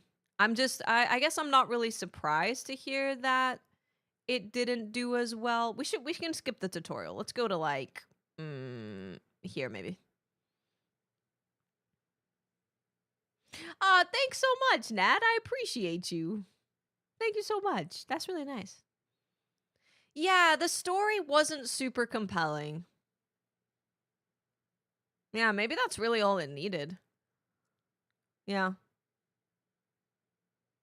Just have the story compel me to play it more.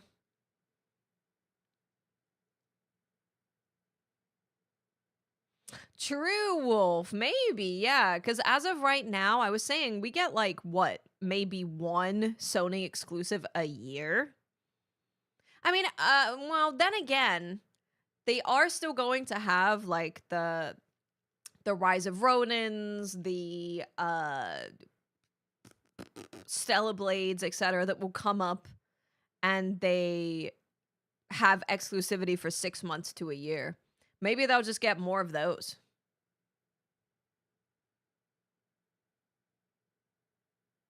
That almost pisses me off more, though. Because then it's like, I know I'm going to be able to play this game on PC if I want to wait for a year. At least if it's never coming to PC, then I know.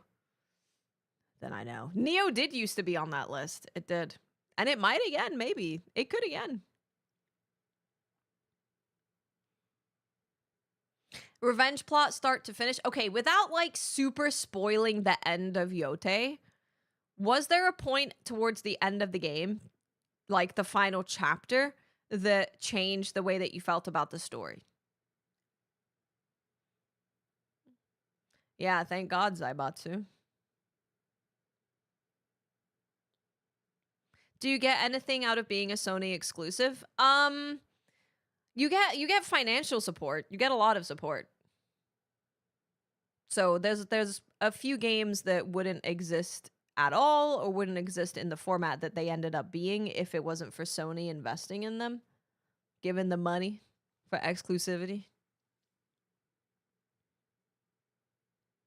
No. Personally, yes. She did what she had to do, but it didn't consume her. I should watch the end. I should watch from where I'm at to the end, because I'm in the last region. I'm in the last region. Oh yeah, marketing support. Yeah. Yeah, marketing support for sure. Legends was fun as hell.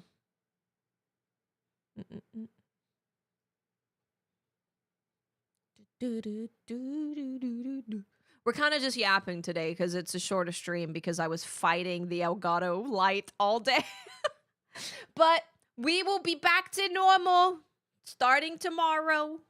We'll be doing big boy streams again. The raid came out in April, yeah.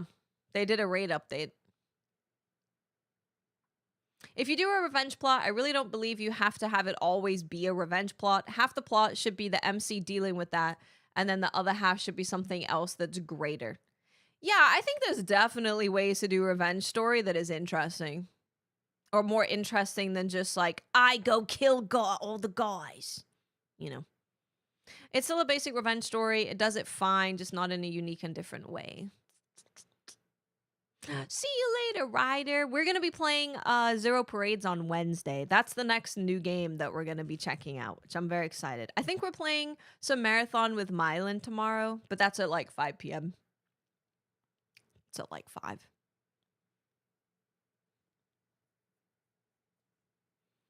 I just didn't... I don't know. Something about her irked me. I didn't just not like Atsu. No, sorry. I didn't just...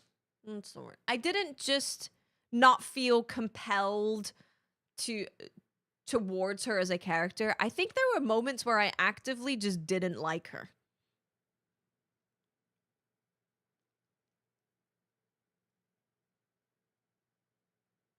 She seemed kind of a bit empty.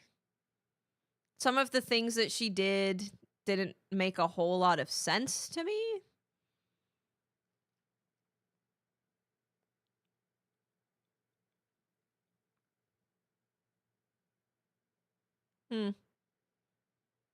Her attitude is horrible, but she does go through some growth. That's good to know that growth does happen. That's good to know. Maybe they needed to have that happen way earlier then.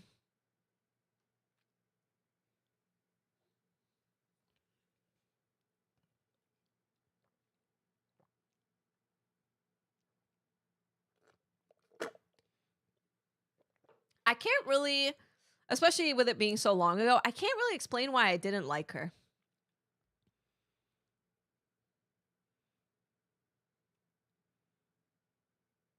I don't know. I don't know. I really don't know. I can't even remember. I can't even remember most of anything about her, really. All I remember is my emotions at the time, my feelings and stuff, thoughts. The revenge plot in AC Origin is actually good because it's both personal and something greater as it establishing the Brotherhood. I know why I liked Tsushima so much. I guess comparing the two, it kind of tells me why I didn't like Yote as much. Maybe that's the problem, too forgettable? Yeah, maybe. Yeah, maybe. Maybe I'm jaded this year, guys. Maybe I'm jaded. I'm just a jaded person now. I don't think so. I don't think so. There were a lot of things that bothered me about the game. I thought the writing wasn't great. I didn't really like her as a character. I thought some of the decisions that she was making and the way that she reacted to stuff didn't really make sense to me in some spots. I appreciated that they made the side content of Ghosts of Yote more involved with the main plot. I think that was really, really good. Because in Tsushima, it was kind of like, you're doing this thing, but it's pretty separated from the main plot of the game. I like that they had more variety in the side stuff. I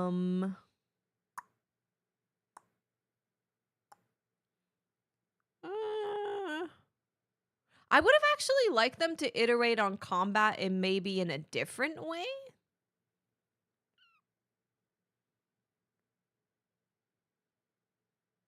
But don't quote me on that. The world was beautiful. It was definitely very, very gorgeous. But Tsushima was also gorgeous, so that wasn't like a new thing that I was experiencing. Whereas experiencing it in Tsushima for the first time was like, damn. Feels like her character was ignoring the experiences she was having for the sake of the revenge story. Yeah, that's kind of, yeah. There were definitely a lot of times where I was like, wait, wait. That's not how I thought that would go. Or that reaction doesn't make a lot of sense. The shamisen was great. Yeah, shamisen was dope. I liked a lot of the side stuff. I thought the side stuff was good.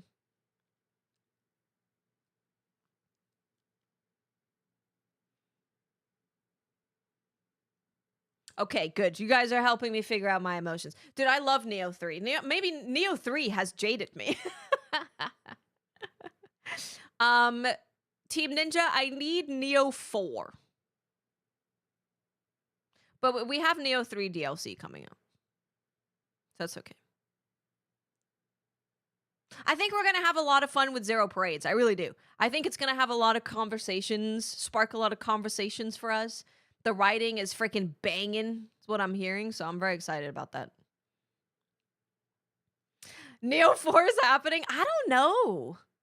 Because Team Ninja has made so many properties that have like similar combat systems to Neo in a different setting and different characters. Like Wolong. Rise of Ronin. I don't know what's going on with them. They make like 800 games at any given time. I don't know what's going on. Your guess is as good as mine.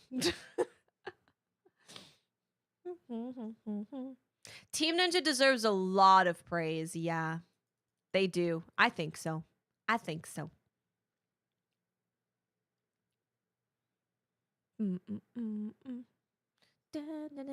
love this song.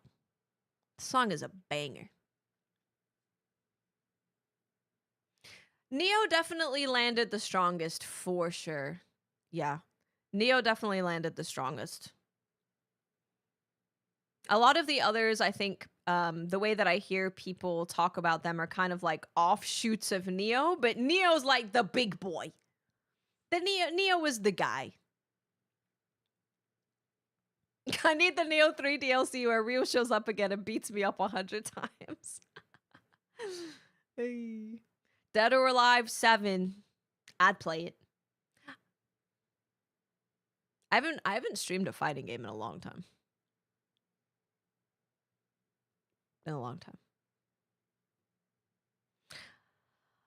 Legends mode. Unfortunate. I wanted to read PC Gamer's article about the PlayStation thing, because they're normally sassy. They're normally sassy little sassers. So it could, okay. Sony retreats from PC gaming, robbing us of maybe 4 games. No need more. Strangers of Paradise 2. We need more Chaos and listening to random Linkin Park. Incredible. Honestly, no notes. Phenomenal. I'm going to read everything that Morgan says. PlayStation to PC transplant. I was a console-only gamer for a long time before my PC lured me in with its irresistible versatility and steamy features. I enjoyed that. It was good. For many of those years, the PlayStation was my home. These days, I barely recognize it. It sure sounds like Sony is done sharing its newest toys with the rest of us. Following up on his report from March, Bloomberg reporter Jason Schreier said today that PlayStation boss Herman Hulst confirmed to staff that single-player PlayStation games will no longer come to PC. The news drives a wedge in the company's publishing efforts on the platform, which ramped up in 2020 with a PC port of Horizon Zero Dawn. It has not even been that long. It's been 6 years since they started flirting with the idea of putting things on PC. Oh, how does Fran feel about Horizon? True, we should ask him. Where's Fran? Get him in the call. Get him in the call. Let's interview Fran. We've yet to hear Sony's rationalization for the decision, nor its public confirmation, but it's the sort of action that explains itself. Much like Xbox's renewed interest in its own box, Sony is responding to a waning interest in consoles by reinforcing its narrative single-player games as system sellers once again. Multiplayer games like the upcoming Marvel Token will still come to PC, but if you want to play the next prestige action game from the likes of Naughty Dog or Insomniac, you will need a PS5.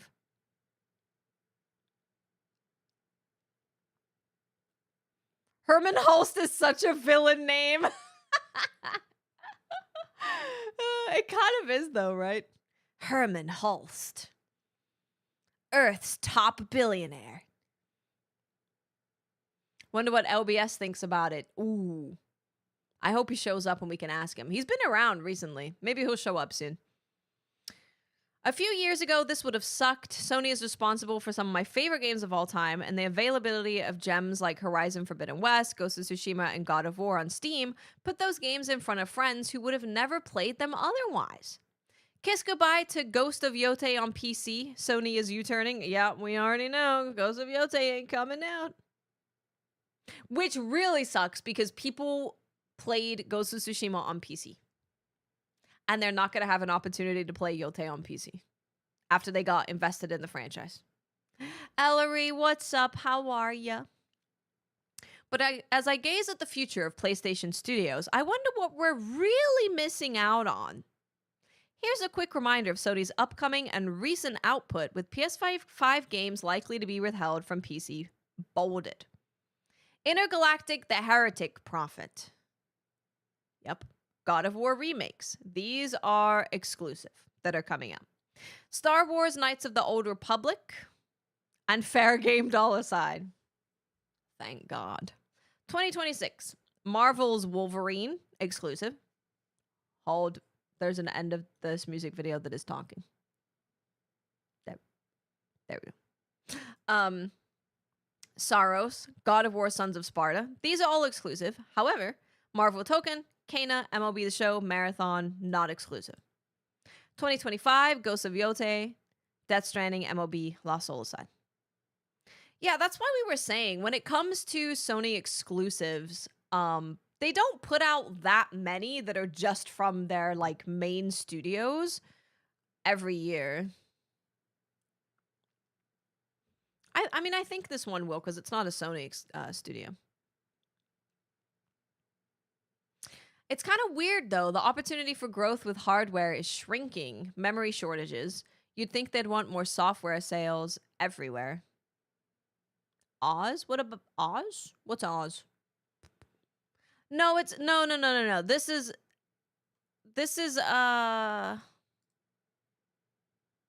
well, I don't know their interaction with Sony. I don't know what their interaction with Sony is. That's not a PlayStation studio. See, it does make it confusing though, right? It makes it confusing because now it's a first party Sony narrative games. Those are the ones that are exclusive forever. And then you're going to have another layer. It's pre-2020. And then you have another layer that is a timed Sony exclusive.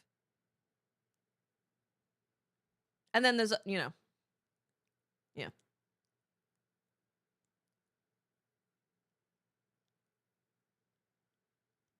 They don't have a lot of first-party studios. Maybe they're going to buy more. Oh, no. PlayStation is working at a blistering pace of 2, maybe 3 non-multiplayer, non-baseball games per year. Its most acclaimed studio, Naughty Dog, hasn't released anything new in 6 years, and its next game is likely years away still. And what a poorly timed switcheroo. Thanks to the AI bubble and tariffs, a PS5 costs $600. The PS5 Pro is $900. Couple that with Trump's war in Iran driving up the price of the cost of being alive, and then the idea that those friends will go buy a new box just to play Ghost of Yotei is frankly a fantasy. Honestly, the gap between PS5's usefulness and its asking price is a crater these days. The prevailing joke that the PS5 is that it has no games. At nearly 6 years into its run, that's barely a joke anymore. I mean, they're being a little sassy, but also it's pretty true. It is, they're not wrong. They're sassing it up, but they're not wrong. Oh, Jesus. Japan hates Xbox.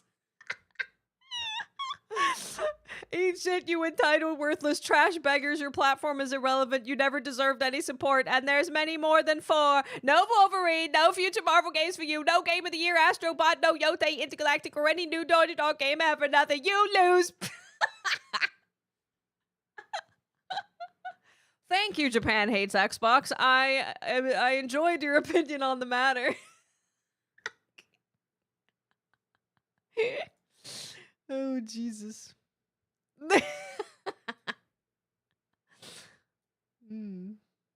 Thank God we got that opinion. Now I'm distracted. What was going on?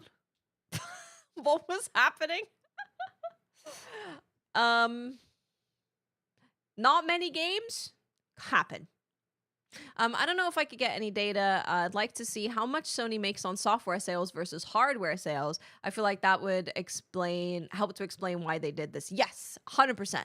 How much do they make per PlayStation sold? How much do they make per person buying a Sony game on PlayStation?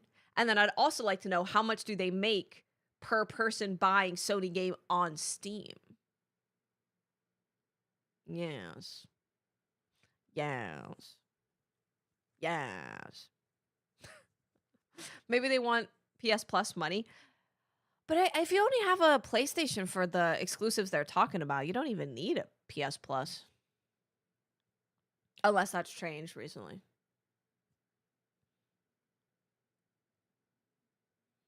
I mean, so even if they would not be making more money with this move, I do think the one thing that I do know for sure is that the value of owning a PlayStation console is significantly less if they don't have exclusives, right?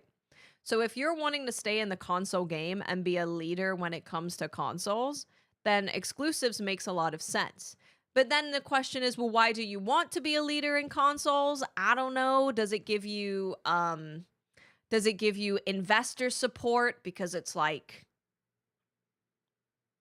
maybe it's better to show that you are the leader in the console gaming space? I have no idea. I don't know. You need it to play online, yeah. Hey, Bagel. Guys, I want to get a Dr. Pepper.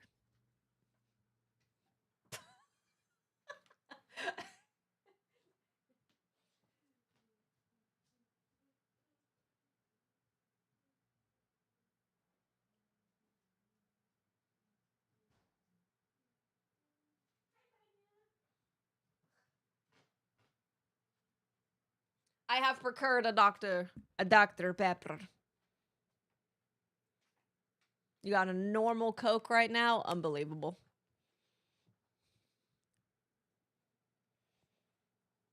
No gaming today? Probably not. Because I'm going to be getting off a little bit early. Because I have a meeting that I have to be in. So if I was to game now, I'd probably be gaming for like maybe 30 minutes.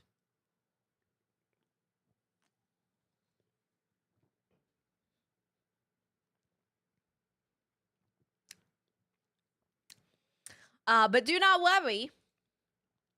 Tomorrow, what do you guys want to do? I'm gonna run a poll.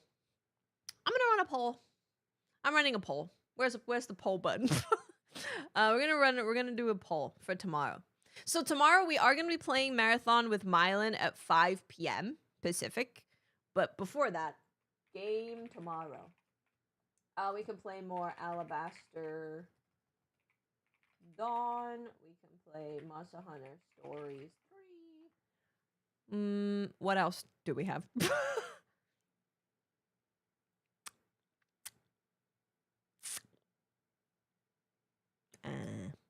Is that it? What else do I have?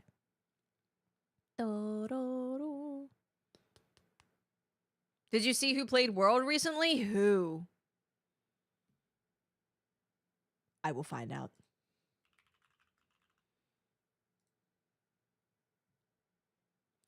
Oh, shit. Aries playing World.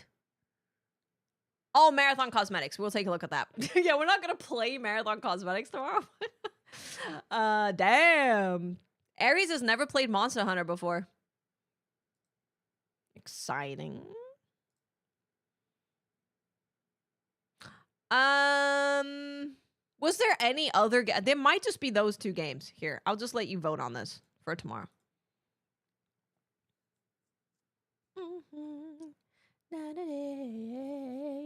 Yeah.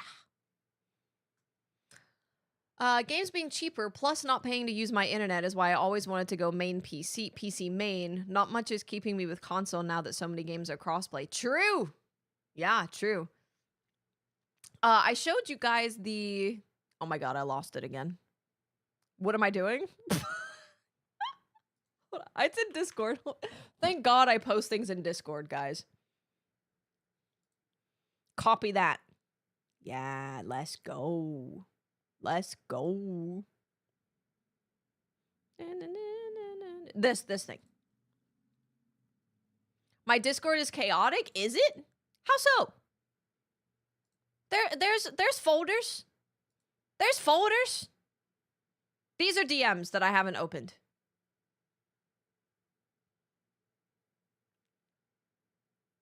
Because I saw them pop up, and then I just didn't feel the need to look at them yet. Because I can't open it yet. But all of these channels, Sega Creator Zone, Marathon Creators, NetEase Media Server, Bandai Namco Creators, the Oni Alliance, Twitch Partners, Stream Elements, Capcom Creators, EA Creators. I'm still in the Wild Hearts. I'm still in the Wild Hearts Council. I'm never leaving. I'm never leaving. I'm staying in here forever. I'm never leaving. Nope. Nope. CI Games Creator thingy. And then there's just Neo. Neo. I used to have more in here, but I'm only in Neo now. And then this is R1, DCP, and GI. No need, Nakomich. No need.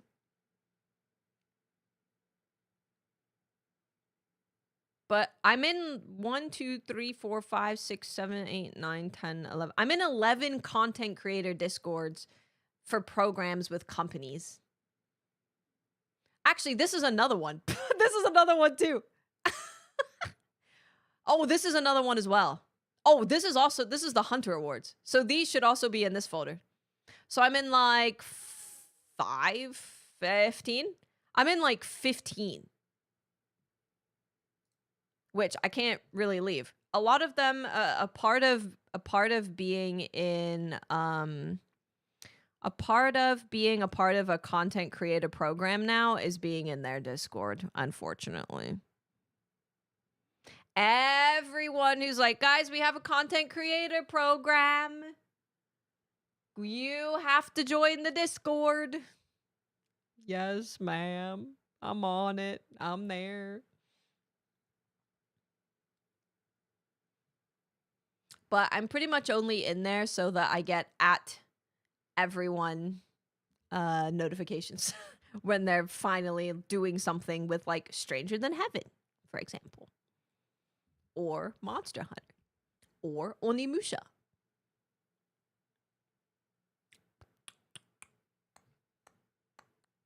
I can't mute those servers. I also don't need to mute them because I don't have notifications on for like everything from all of those servers. I only have notifications for at everyone, which I need on because that's how I know that a game is coming out or a trailer is coming out or something.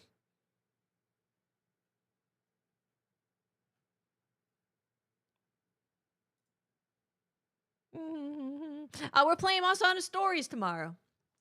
I wanted to bring this up again because we were talking about like, well, PC gaming is getting bigger. PC gaming is getting bigger.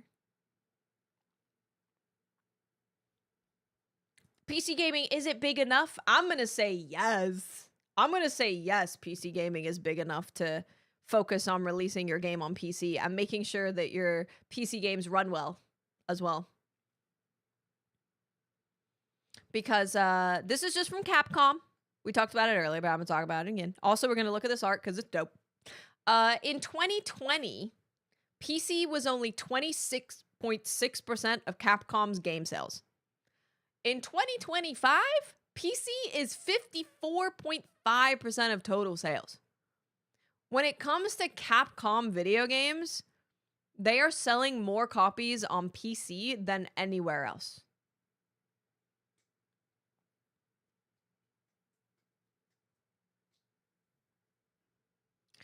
So that's a lot of people.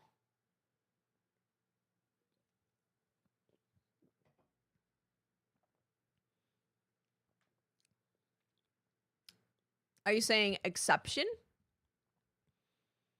I mean, I don't have to prove you wrong. You would have to prove that I'm wrong. You can look up sales reports from other companies. The reason why we're using Capcom is because they had their sales report recently. So we have that information.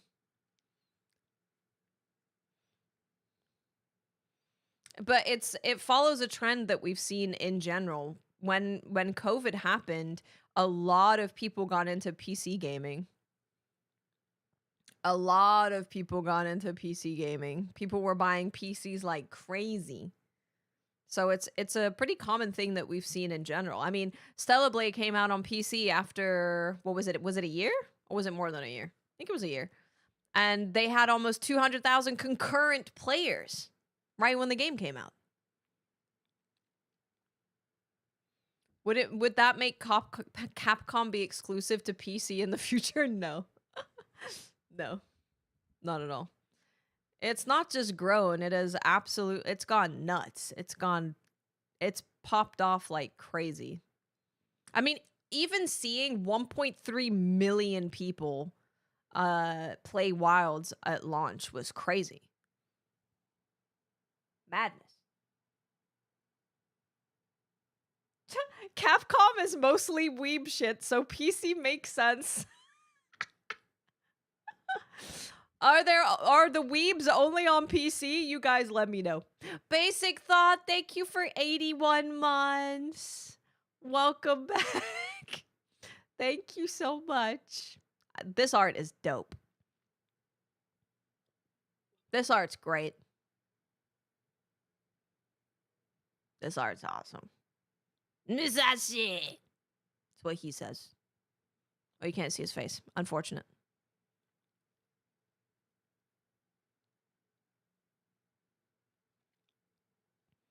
We got Stories Ratha, we got Sacred, we got the Hunter, Pragmata, we got Street Fighter, Resident Evil, Onimusha. So exciting.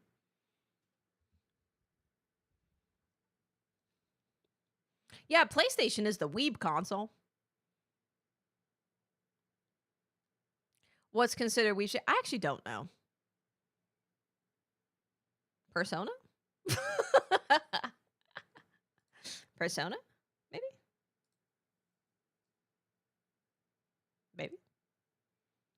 I want to see if anything popped up. Jazz, but it's a shrimp. Thank you. Leon Kennedy plays Resident Evil. Expert mode. Damn. Gamer.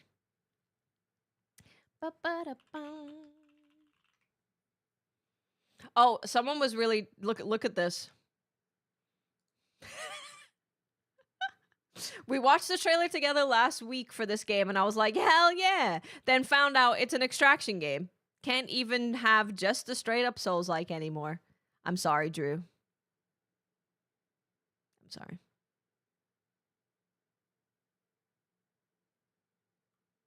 Such is life. Guys, I'm actually concerned that there's going to be no Souls-likes. There's going to be none. It's not trendy anymore. We're not cool. We're not the hip kids. We're not the hip kids. It's like when BRs came in. We're not the hip kids anymore. It was so overdone. It's not overdone, though. It's not done, period. I wish it freaking was. Then I would have stuff to play.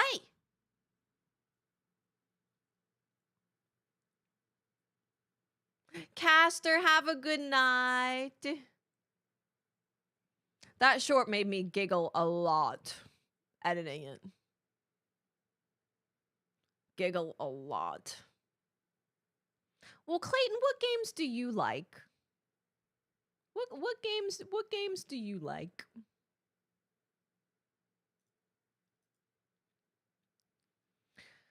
We have Lies of P.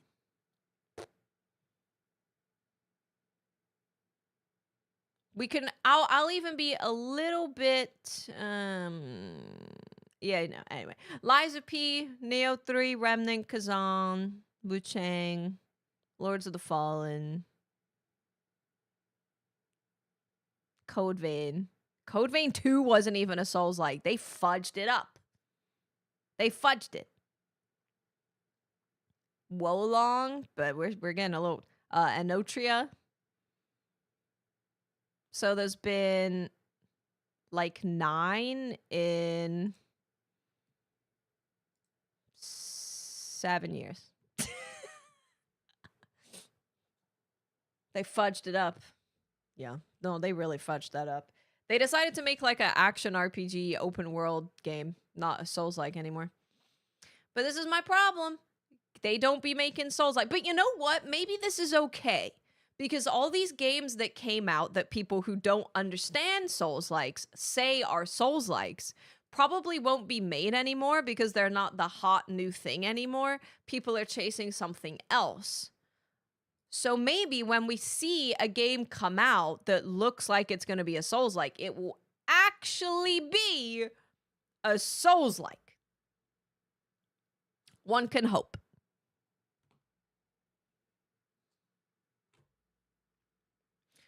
Is Lords of the Fallen 2 even going to release this year?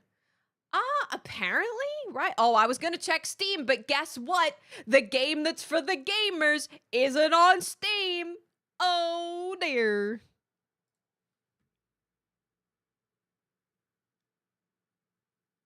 A true bagel. True. True. True.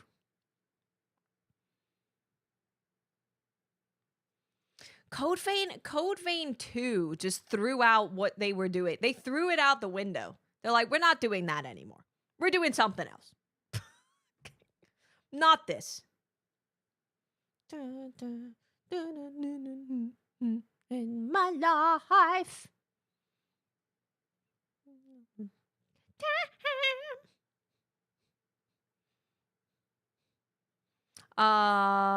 Was this the game? Oh, we talked about this on DCP. I remember. There hasn't really been any new trailers today. Is it coming out this year? I don't know anymore. All I know is that they got titties in there. So, you know, that's good. It still says 2026. It still says 2026. Oh, and apparently Lords of the Fallen is getting a brand new combat feature never before seen in a Souls-like, and it works on all enemies, including bosses. I think it's decapitation. Just hide it. I'll put my cursor over his... Damn it, that doesn't work. Do I have a little picture that I could put over his face? Romance, true.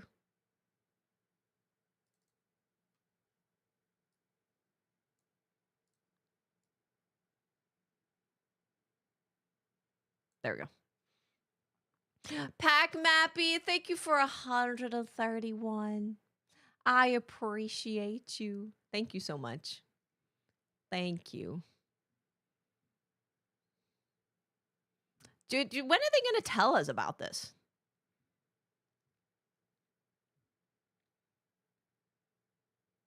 Feedback has been outstanding both internally and from players. We're shaping this true sequel with everything we heard from you. All the feedback you gave, Steve reviews include... What? Okay. To make it a clear step up from the last one. I just want you to fix your audio, brother. That's all I want. Just fix your audio. Just fix your audio. As all I want. Please. That's all I ask. I want it to sound like I'm not smacking a baseball bat on people's heads with every weapon that I use. That's all I ask for. They are working on Darksiders 4. Yeah, do we have a trailer for Darksiders 4, right? But it's like an old one. Super old. And it was just like an announcement thing. Yeah, it was an announcement freaking teaser. God, I haven't watched this in a long time. This was 9 months ago? Or just give me baseball bats for weapons. I've never had a game's marketing push me away as this game. Right, Ledge? I know. I'm like, God, Jesus. Please. I just shut up. Stop talking. Be quiet. Just show me the gameplay. Stop speaking. Shh, be very quiet. And show me the gameplay, please. You will be hunted. I think he is yellow.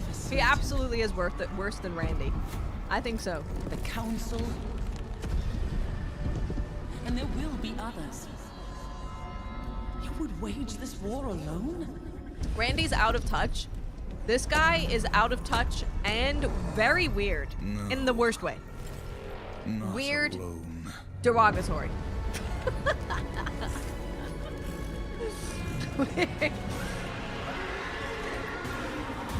Yes. Now, ooh, do you think we could see more Darksiders at Summer Game Fest? Maybe. Yes, also we were talking about it. Yeah. Horned out of his mind, the little freak. Yes. Remove a little more titty cloth. Yes, that's what the gamers want. They told me in a dream. It came to me in a dream. And I heard that they need a little bit more. Just a little bit more.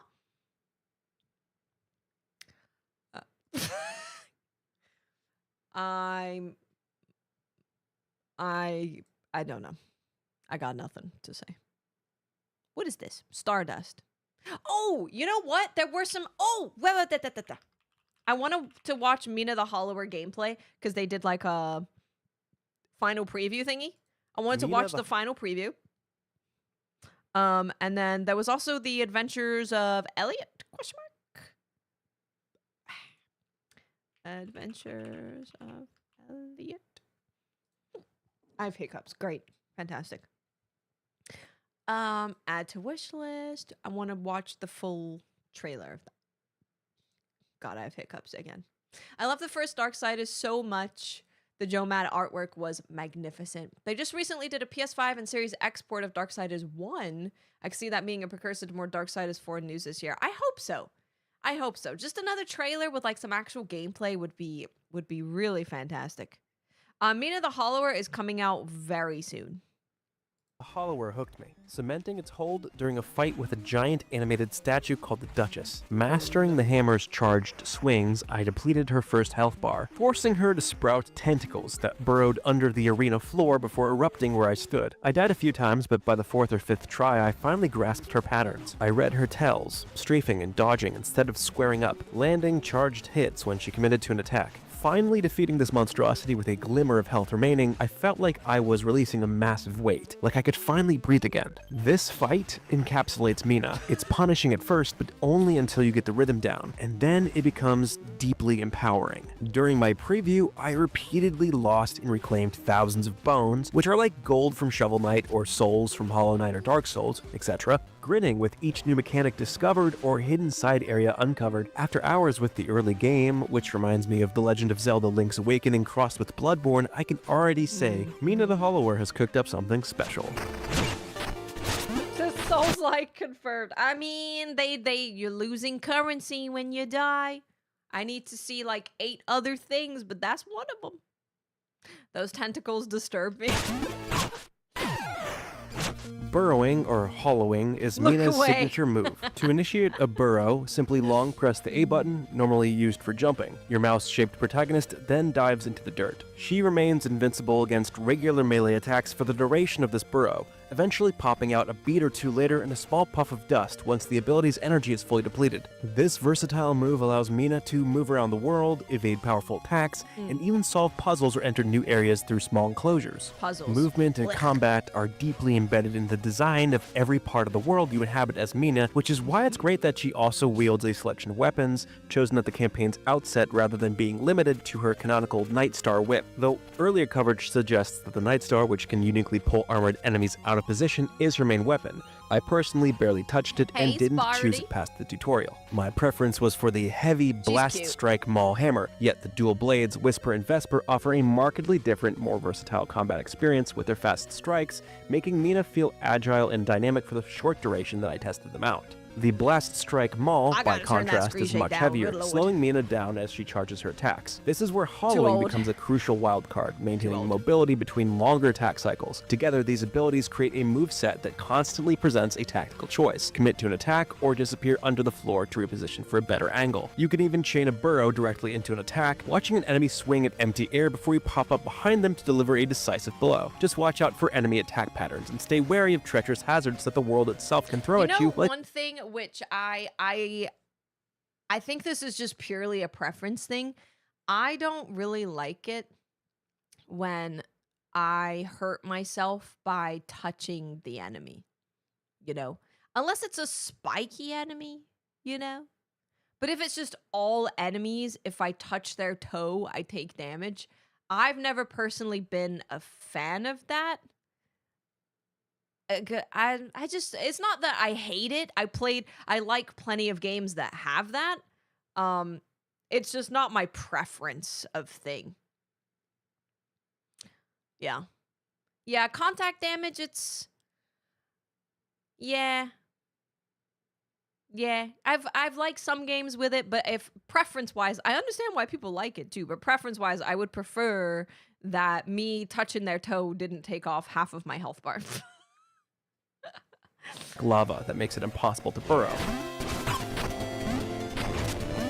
I just think there's more interesting ways for me to take damage from an enemy than me like touching them, Bones are the engine that drives Mina the Hollower's entire economy, and they're Bones. doing double duty as both currency and experience. You spend them at the blacksmith to That's upgrade your good. gear, you spend them at the trinket store to round out your build, and you scoop them up off of corpses every time you whip an enemy into oblivion. The hook is that they're also fragile. If you die out in the field, your entire stockpile drops at the spot that you fell, including any new bones that you earned while trying to fetch it, and you've got exactly one chance to fight your way back and pick them up. Die a second time before reaching them, and they're gone for good. The thing is, early on these losses really do sting. Plasma is the other resource you'll learn to master. Mina's version of an Estus flask, a small refillable healing reserve that you must ration carefully in the early game before That's- finding upgrades and trinkets that number expand 2. it. I died frequently in the early game, largely because I kept misjudging my plasma reserves, using it on minor damage, only to find myself empty-handed when a real fight began shortly afterwards. Learning to conserve it is half the early game, a skill that improves independently of leveling up. Part of the strategy strategy involves generating plasma during a fight by filling a meter on the bottom of the screen you before can your plasma generate vials it. can heal you effectively. This means dealing significant damage first, then finding a quiet place to activate the heal. The heal itself can take up to 3 Okay, so you significant make meter on the I see. bottom of the screen before. Part of the strategy involves generating plasma during a fight by filling a meter on the bottom of the screen before your plasma vials can heal you effectively. This You gotta boost up your vials before they can heal you well. means dealing significant damage first, then finding a quiet place to activate the heal. The heal itself can take up to 3 seconds to complete, leaving you immobile and vulnerable. Like Monster Hunter. Can't move from here.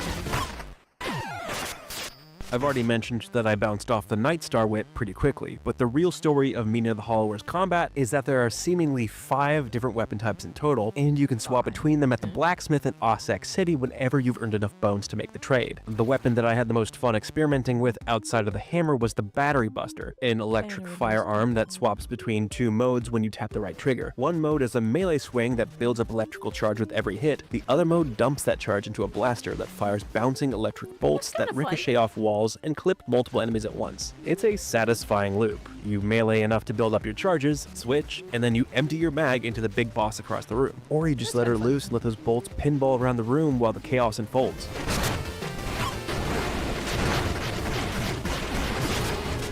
Trinkets are the second leg of the build stool, and they're where Mina starts to feel like a proper RPG underneath the like action-adventure Treenets? trappings. You'll find them stashed in chests, Treenets? sold at the trinket store, or handed to you as rewards for helping the world's inhabitants, and each one grants some kind of passive effect. Items like the Iron Lung, the Pit Preserver, and Flybait offer tweaks to things like, say, your plasma reserves, your burrow time, your ability to walk on spikes, and a dozen other systems. You've only got a handful of equipment slots to fill, so building a loadout becomes a real puzzle, especially once you start finding trinkets that enable We should specific places. probably check out Mina the Hollower. At least a taste testing, you know? Because the way that when does it come out again? May something, right?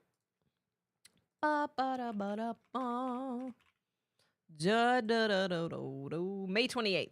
It does unfortunately come out at the same time as literally everything else. The same, literally, same days, same, literally. So, the way that we're going to tackle the end of this is that we're going to have to taste test stuff, and the ones that are really good, we will continue playing throughout June. 'Cause what the hell, man? 21st, 22nd, 26th, 27th, 28th. Yes. Good. We have the entirety of June. Yeah. Yeah, maybe. We'll definitely give it a try. Yeah, I'll definitely give it a try. Playstyles. I spent a not insignificant amount of time in menus before I realized I was actually enjoying it. Oh, sorry. Let me go back. Handful of time. Your ability and Flybait offer tweaks to things like, say, your plasma reserves, your burrow time, your ability to walk on spikes, and a dozen other systems. You've only got a handful of equipment slots to fill, so building a loadout becomes a real puzzle, especially once you start finding trinkets that enable specific playstyles. I spent a not insignificant amount of time in menus before I realized I was actually enjoying it.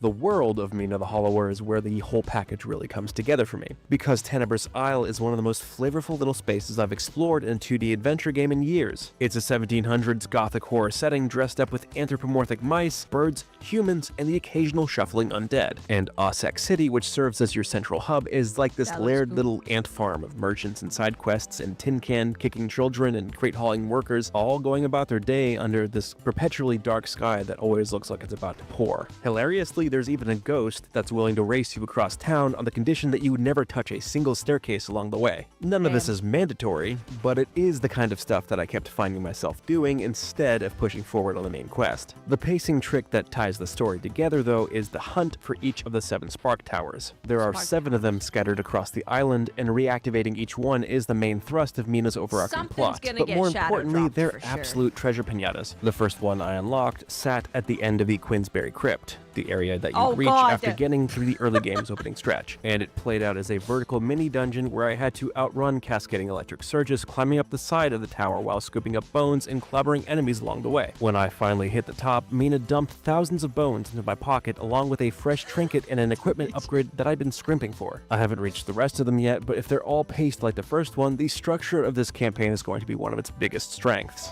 Okay. All right. Yeah, we'll definitely. So because there are 4,000 games coming out at the end of May. God, I almost said June. I'm perfectly fine with, because there's so many of them that I want to try. Right? I want to give them at least like 4 hours to see what they're like and how they feel to actually play, how they present themselves to us. And then we'll just have to pick some that we end up finishing. And if it's all of them, then good luck. We'll do our best. If it's all of them. I think probably Lego Batman I can probably not finish compared to the other ones. Just because I'm not that into Batman. But we'll see. We'll see how it plays out.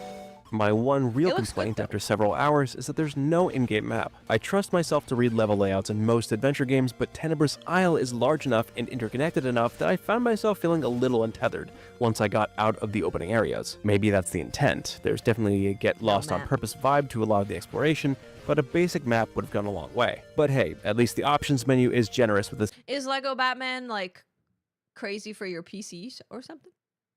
assist modifiers. Want to jump higher, walk twice as fast, burrow twice as fast, take 1.5x damage for a real challenge, turn off combat damage modifiers. entirely so you can just explore. It's all there, along with a bunch of pre-built combos that bundle modifiers into easier, harder, or just plain weirder configurations. I didn't really end up using any of them, but I am thrilled that they exist. Yeah, They leave 'em feel off. less like a basic difficulty toggle and more like a toolkit, and they're exactly the kind of thing that should be standard in every game of the style. If you I disagree. Modifiers make me less interested in a game. grew up playing NES games, Game Boy mean, my games, or PC's similar never gonna games have from that any era, problem if you remember spending an entire running a afternoon game. stuck on a single screen until you figured out the trick to moving forward, Mina the Hollower is aimed squarely at you. I've still got plenty of questions about the back half of this thing, but after several hours with the early game, I'm fully hooked, and I'm prepared to blast through the rest without stopping to ask when it drops on all platforms on May 29th. Wait, 29th. Oh, is it a Steam 28th, but actually 29th thing? Okay, well, that's fine. Yeah, when it comes to looking at minimum requirements and all that stuff, normally it's just a thing that we look at as like a lead up to a game that we're excited about, but it's not something that I ever really have to worry about or be like, I better check it, because you never know. Minimum i5, yep. Wait, a 960? Wait, are you kidding? Is this like it's just a May because the specs that are required are so teeny weeny? Is that what's going on?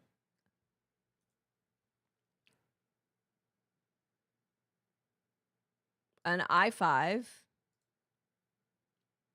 I thought it was a joke because it's Lego as well. Yeah, I thought it was a joke. I was like, a 960, 4 gig. Damn, 4 gig. Whoa. So this is 1440p. Okay, well this is the notes are important. Let's read the notes. Medium at 1440p 60 FPS with DLSS, FSR, or XeSS quality and frame gen enabled. i7 2070 Super. I feel like that's still not crazy though. Like this isn't crazy. These recommendeds aren't crazy.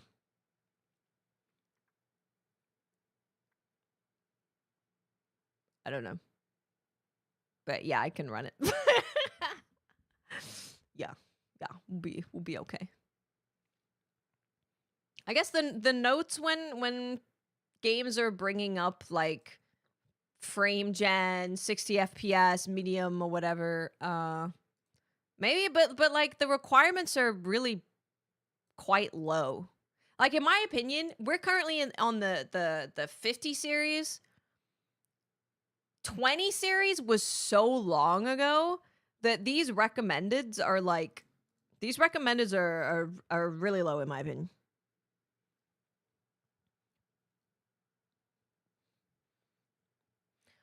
Well, I guess it could go either way, right? They could say, well, we recommend that you have a 3060 to play at this without frame gen. Or they do the recommendeds with a 2070 Super and include frame gen. So it's kind of just like, it's a technology that exists in a lot more games now, so more games talk about it. But I think that the requirements that we end up having are like way lower. Because a 960 is crazy. When did a 960 come out? GTX 960 release date. 2015. That's an 11-year-old GPU. 11 years. So what I'm saying is they could change the system requirements to say that they require a 30 series or a 40 series to reach this same 1440p with 60 FPS or 1080p with 30 FPS. But it ultimately ends up being the same thing, right? It's like they're giving us the minimum and the recommended, including frame gen to reach this thing. They could just give us the recommended and the minimum without frame gen to reach this thing. It would just require more recent hardware. But like, yeah, I guess we just currently don't like seeing frame gen stuff in the notes. Maybe we could start doing a thing of with and without frame gen. Because I would assume it would just be like, I don't know, a 30 or a 40 series probably would be my guess to reach the same thing, but just without frame gen. And if something has a recommended of like a 30 series or a 40 series, I'm like, okay. The most common card now is like what, the 3070 for Steam? Is that right? Something like that. So that's kind of how I look at it. Is like, sure, it's saying frame gen required, but they're also saying the minimum is a 960, which is 11 years old. Honestly, this is the conversation that TBH has about PS4. It's just in it's in the PC space. If you are playing on a 9060 and you are expecting your games to be more than this, yeah, I don't know what to tell you, my friend. I don't know what to tell you. I don't know what to tell you. You might need frame gen to reach 30 FPS. Hey, Adonis, how are you, my friend? What's up? 2070 Super is like a 3060, which is like a 4050, which are very budget GPUs. Yeah, my 4060 that's in my stream PC, that was like really not much at all. I think it was like $300, maybe a 4060. How much is a 4060 right now? Well, something like that.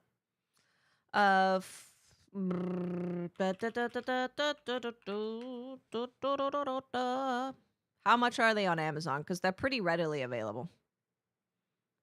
Yeah, I think I paid less than this. $350.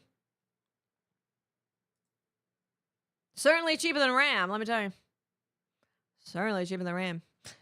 I'm doing good, Adonis. How are you? Do anyone know PS5 games came to Steam because PlayStation decided to bring like Xbox all games to PC, like saying, hey, if they can do it, so can we. I don't understand Sony's reasoning for anything. I don't know. I really don't know what to say anymore. The more that I think about everything, the more I just get confused and I end up going, I don't know. I don't know. I don't know. I don't know what's going on. Why am I here? Why am I here? Why am I talking? I have no idea. I am lost and confused. I kind of want to watch this review. Following up I kind of want to watch this review. Like a little, just a little bit, just a little a game peek. as lauded as Disco Elysium would be an unbelievable task for any developer, but especially one as fractured as Zaum. With many of the key creative minds behind the detective RPG separated from the studio following an ugly and very public legal dispute, it's up to those behind to pick up the pieces. That's a lot of baggage to carry going into a brand new, I albeit gotta say again, this might be a me thing. It might be a me thing. It might be a personal problem. It might be a me personal problem thing. I am down for this conversation in another video about like Zom and Disco Elysium and Zero Parades and what that story was and how the game ends up being because of all that drama and whatever. But when it comes to a review, I just want to know what the game is like. I just want to know. Because I don't actually think, personally, I don't think that any of this should change your review for a game. I think that it should be based on the game.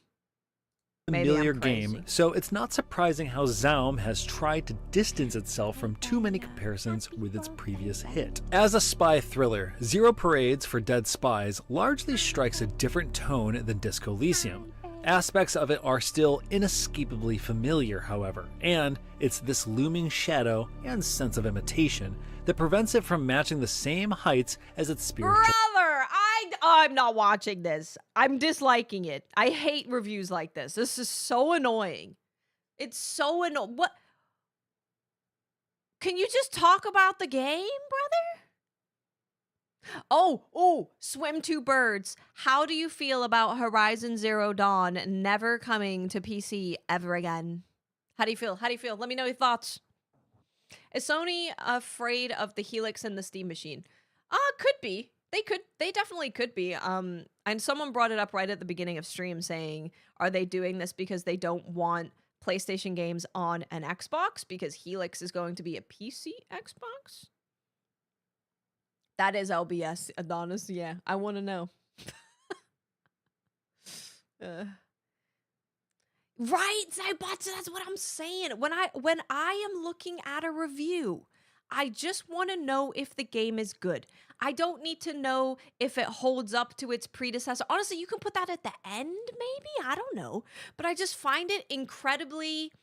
it doesn't have any value as to whether the game... Is the game good? Can you talk to me about the video game, please? Please? Please? Everyone should watch the documentary by People Make Games. Some of the fired devs treated those below them poorly, like they were treated by the executives. Some of those people below did most of the work on the final cut. Give this a chance to show those unappreciated workers some love. Honestly, shut the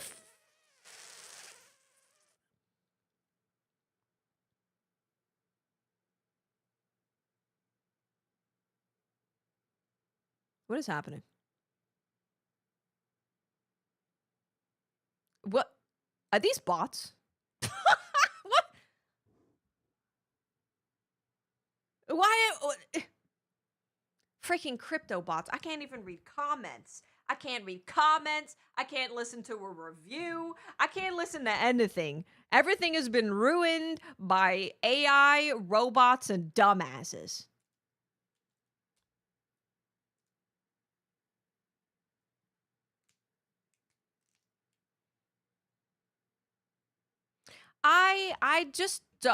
You can review a game without knowing the history of every single developer of every single thing that they've ever made, you know? Like, I don't have to, if I was reviewing a game, I don't have to say, well, you know, these developers are formerly of blah, blah, blah, blah, and the developer who started this studio worked on blah, blah, blah, blah, and now we're looking at, is the writing good? Are the graphics good? Does it perform well on PC? Like, when we're talking about a review, I think you can review a video game. Bella, please, for the love of Christ. When you're talking about a review of a game, You can just review the game based on the merit of the game. If you want to do a thought piece about the history of a game and a studio, you can absolutely do that. But in a world where it is so incredibly difficult to find reviews of video games because of all of the conversations surrounding video games that has everything except what the actual video game is like, I would like for reviews to just be about video games. I don't want to hear about a culture war. I don't want to hear about, you can just review a video game. You can just review the video game. Especially when, I mean, we can keep watching it, but I highly doubt that this video goes into the complete look at what happened with the studio. So you're getting a not full review, and you're also getting a not full look at what happened with the studio. You're getting a half of both. You're getting a half of both. I think it's better to talk about the game in a review. It's the same thing where I don't want to read at the beginning of a Stella Blade review. You know, we'll keep it to a game that's coming out soonish, maybe. Lords of the Fallen. At the beginning of a Lords of the Fallen review, I don't need to hear about the CEO and titties and ass and they, them, body A, B. Just tell me if the game is good. You can let me know if, I just want to know if the game is good. I just want to know if the game is good. Is it worth me giving my time to this video game? I don't know. It's so hard to get reviews of video games. And this is what it's been like trying to look at reviews of these games. Because you just have to sit through, an op-ed about the history of the studio when I just want to know about this specific video game. Predecessor. Yet there are also enough fresh ideas for it to stand on its own 2 feet, even if its footing is slightly uneven and less creatively distinct. We're getting there. It just took a little bit. It just took a little bit. I mean, we'll see, I guess. Zero Parade's opening does little to quell the comparisons as you wake up on the floor of a small, dirty apartment. Herschel Wilk, codenamed Cascade, is here on an espionage mission. That's as much I tried asking LBS what he thinks about Horizon, and he's now just talking about Sinners, and he keeps talking about Sinners, so I can't get the opinions for you guys. I'm sorry. Iconic, how both are you, my friend? And she know. The groggy spy was supposed to get more details from her mission partner, codenamed Pseudopop, but he's permanently indisposed. You find him unresponsive and sitting in a chair in his underwear, overlooking the city of Portofino through the apartment's grimy first-floor windows. Rummaging through his pockets reveals an invoice for socks and a business card that simply reads, "All you need is a miracle." Figure out the rest on your own, Agent. From here, Zero Parades follows the Disco Elysium blueprint incredibly closely. It's another high-concept, combatless, and verbose RPG played from an isometric perspective with an emphasis on dialogue choices and skill checks. Like its forebear, it also lives and dies on the strengths of its narrative and loquacious writing. In this regard, it makes a good first impression and carries it through to the end, albeit with a few notable caveats. Your skills, for instance, form different parts of your mind and will regularly comment on your dialogue choices. I'm covering that, like these like embossed kind of designs of this. Skills, for instance, form different parts of your mind and will regularly comment on your dialogue choices and the world around you, sometimes providing you with helpful pointers, interesting observations, or quirky remarks. Am I gonna have to move my camera over there again? Uh-oh. Unlike in Disco Elysium, however. Are we gonna have a flipped face for the playthrough? They don't feel like defined characters of their own and are largely interchangeable. You and millions of school children the world over. This is partly due to the game's writing failing to distinguish among the different parts of Herschel's psyche, but also because they also share a similar voice. I'm convinced Boo Miller's raspy performance as Herschel and her skills will be divisive, but her vocal fry infused delivery eventually grew on me.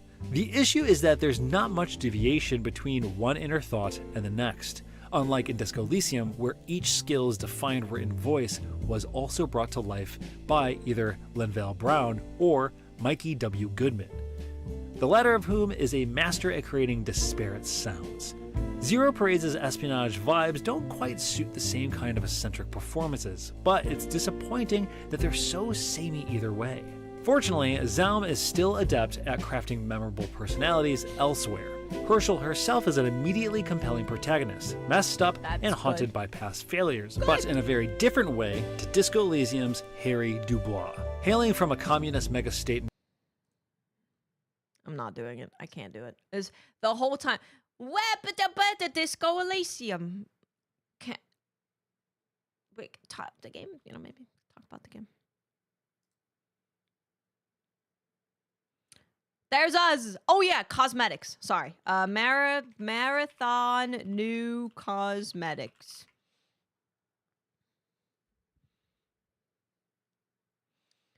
I'm gonna look at it on Twitter. Marathon cosmetics. It's just Disco Elysium and then brother, is the game but what about the game, just like in general? We could talk about the game maybe. So Ninja. Hey. So that's not what they're saying. That's really disingenuous. Like, what does that even have to do with anything? Gamu says a lot of game outlets mix personal opinions for companies and executives while reviewing games, and it muddles the that doesn't say anything to do with like word count or anything. It's just saying that you have to listen to someone's maybe personal view on a topic that's unrelated to the game itself. I don't have the survey, unfortunately.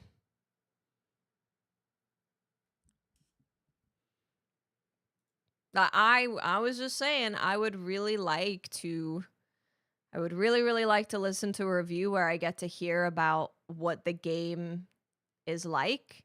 And it's not just this review and it's not just this game. There's so many people that just connect things that are just like not not really as helpful in knowing if the game is good or not. And I think that it is a failure of a game reviewer if you can't just judge a game based on if it's good or bad and what it's doing good or bad, if you have to constantly relate it to something else. The same way that if someone is telling me what a game is like, if they can only say, well, it's kind of like this game, and it's kind of like Dark Souls, it's kind of like Hades, and then it's kind of like just describe the thing. Just describe the thing that you're describing. You don't have to bring up other things.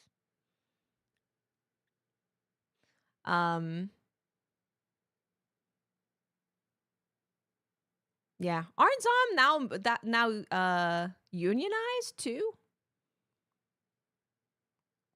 If we're gonna tell the story, tell the whole story. Tell the whole story if you're gonna tell the whole story. Otherwise, you can just review the game. It's okay. You don't know me at all. Well, actually, we could probably... This one is sick. This one is sick.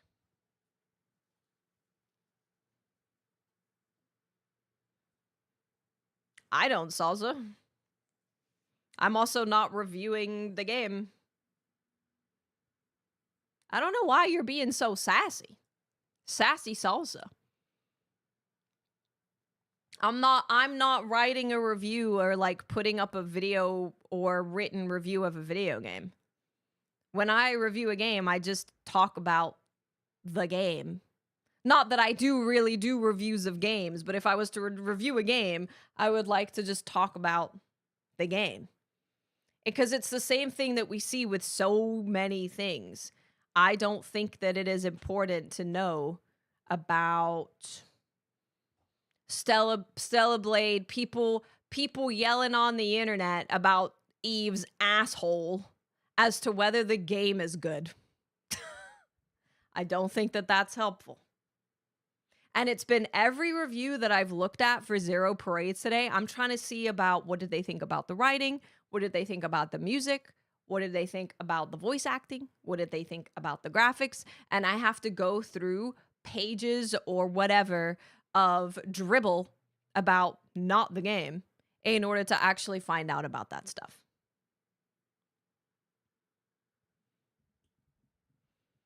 Should I bring up if I was to review Zero Parade, should I be like, this is the first video game studio that's ever been unionized, so you should all give them money to support unionization of game studios? You could, but I don't think that's me reviewing the video game.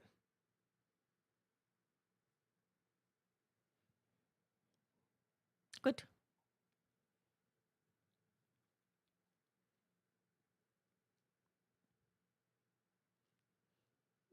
If there's some fishy things that a studio is doing, I don't mind. There's like a short footnote about it and maybe how to look into it more. That's fair, yeah. Yeah. I think putting it at the end also makes more sense than putting it at the beginning. If you're like, with all that said, there is a conversation and a conversation to be had about the history of the studio or the CEO and what they've said. If you want to learn more about it, you can check out my article that delves deeper into that.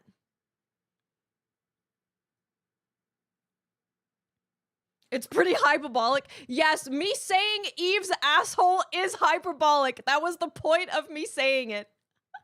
I'm sorry for not giving you very specific, detailed examples and being hyperbolic. Yes, Eve's asshole, it was hyperbolic. It's true, Gamu, yeah. Independent, smaller YouTube channels are definitely the way to go for it, for sure. I think it just should be a separate article. Yeah, because I think that you are doing a disservice to both by just slightly touching on both things. You're not doing an in-depth review. You're not doing an in-depth look at the situation. You're just like touching both. When I think that it would be better if you delved deeper into both of them separately. But you're allowed to have a different opinion. Just think that, you're saying that I'm being hyperbolic, but what you responded to Gamu was like crazy. That was rude. That was rude. The earlier comment about it, like, if that's too many words for you, then that, it wasn't even related to what he said. It wasn't even related to what he said. It wasn't even a response to what he said. I don't know what that was.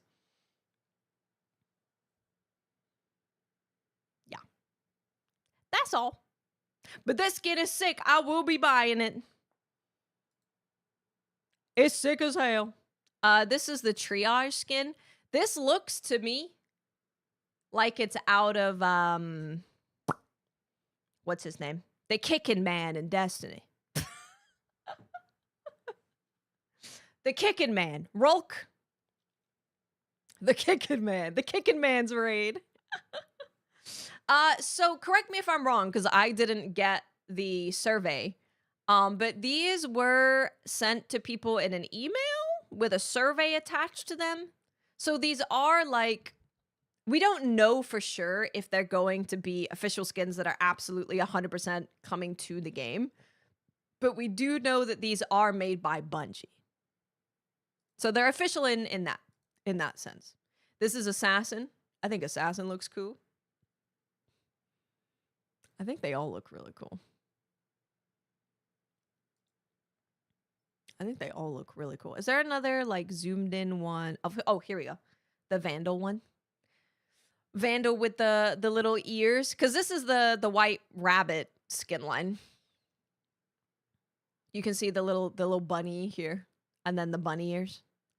And the bunny on the leg. I would buy that skin immediately. Oh, it was in-game mail. Oh. I should open it and look at it. I should do that. Is there like a zoomed in one of Recon? Oh, here we go. Yeah, Recon. Yeah. Does have Witch Queen vibes. I could see that too, yeah. Yeah, these are really good. This is the kind of skins that we were talking about. Although I did see what I thought was really funny is Paul Tassi talking about these skins and being like, yes, that's what I'm talking about, Bungie. And then someone said, was it like 6 months later, Paul Tassi's article on is Bungie focusing too much on paid cosmetics and not earnable good cosmetics? And I'm like, you know what? No, you're not wrong. Good. Could happen. I wouldn't be surprised. Got him. Oh, you can't really see the, hold on. Can't see the gun as well. The gun is sick too. The knife is also sick. Honestly, I like all of these. I like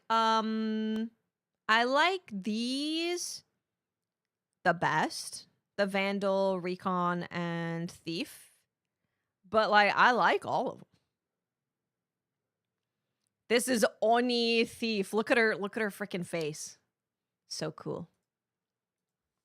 Paul has certainly been a little bit interesting in recent times. I love him. He's a good man. He's a good man. But it's been interesting.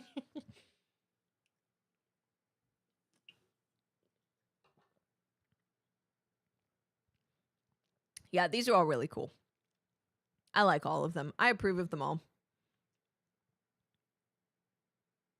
See you later, bird boy. Yeah, I have to actually get off soon and do this meeting.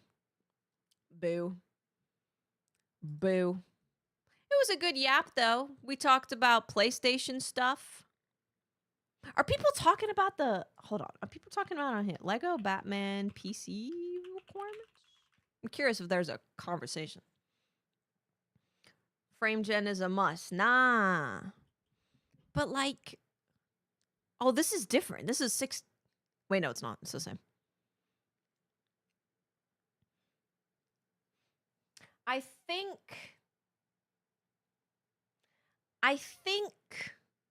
What I think this is coming from, with people being like, these PC requirements are crazy, is that people don't like seeing frame gen.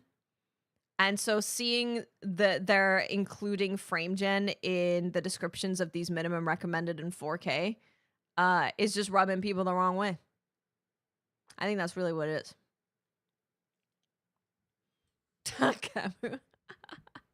Oh, thanks, Lion. Because, yeah, if I'm playing on a 960, I'm going to need some help, brother. I'm going to need some help to get to 30 FPS. I'm playing on a 960. There are children the same age as this GPU that are actual living humans doing stuff. Doing all sorts of stuff and things. Do you need Windows 11? I don't know if you need it or if it's just... I don't know if you need it. I don't actually know.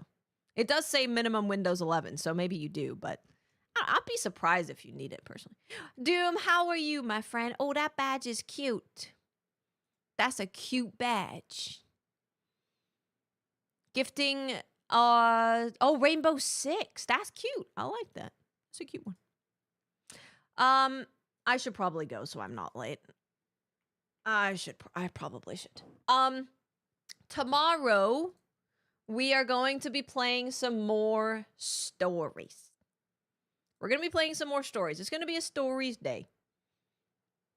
Probably better off on 10. The reason I have 11 is my CPU specifically is it's just better on 11. So that's why I ended up getting Windows 11 because my CPU. But my stream PC is still on 10. It's still there.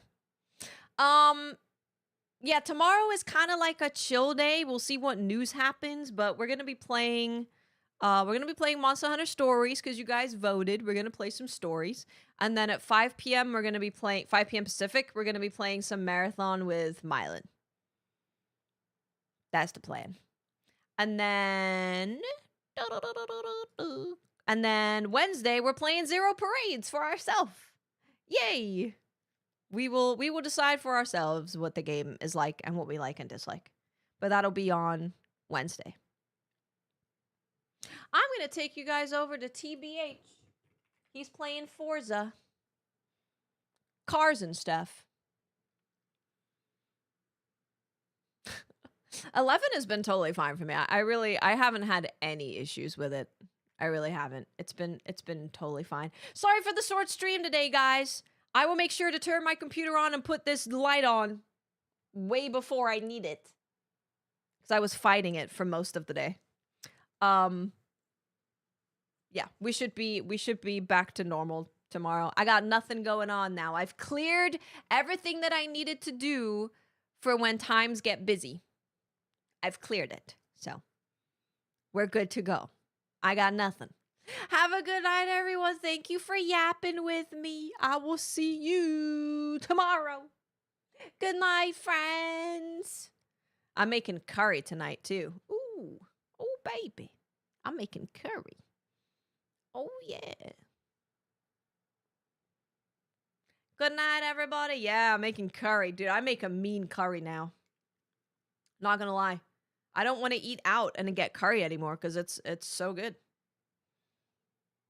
But it did take a while to get to that point. It took a while. Thank you for all of the discussions, guys. You're all wonderful. I love you very much.